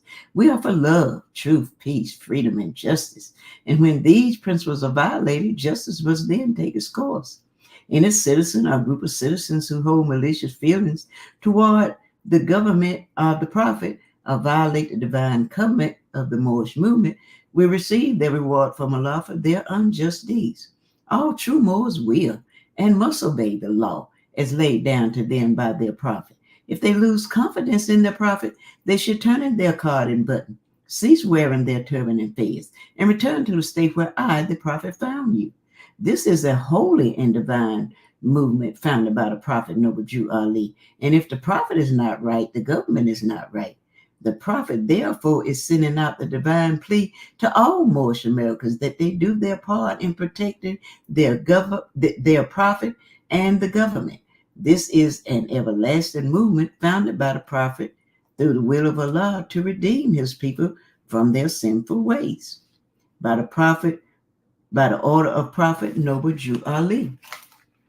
A holy covenant of the Asiatic nations. Ye are the children of one father, provided for by his care, and the breast of one mother have given you suck. Let the bonds of affection therefore unite thee with thy brothers, that peace and happiness may dwell in thy father's house. And when ye separate in the world, remember the relation that bindeth you to love and unity, and prefer not a stranger before thy own blood. If thy brother is in adversity, assist him. If thy sister is in trouble, forsake her not. So shall the fortunes of thy father contribute to the support of his whole race, and his care be continued to you all in your love to each other. Islam, Islam, Islam. This meeting is officially adjourned according to Act 2. Love, truth, peace, freedom, and justice. Go in peace, Moorish family. We love you. Islam, great class, great class. And Islamism without the schism. You Yes. already know we Yeah. love you, Morris King. Great class. Much Yes, gratitude. great class. Great. Love you, family. Love you, family. Yeah. Love you, Moors. Islam, we love you. And Yes. we want to give honors to our family for checking in again. Brother right. Rufus, we got a couple of them out here. Born Dog, Islam. Noble Bryan, Tyrese L, creator of the Boundless Universe. Also, blessings. Thank you for the blessing, brother, creator of the Boundless Universe. Who it is? KOS El Sufyan community. Our family also, the native Bosco. I want to make sure I got it. Yeah, the native Bosco from London for checking in. You know, and that's all of our family tuning in. You know, it's more to come. Best is yet to come. So Islam, we love you. We love you, Moors. Y'all in Sunday school. Islam. Fun. Peace and love. Peace and love. Grand class scribes.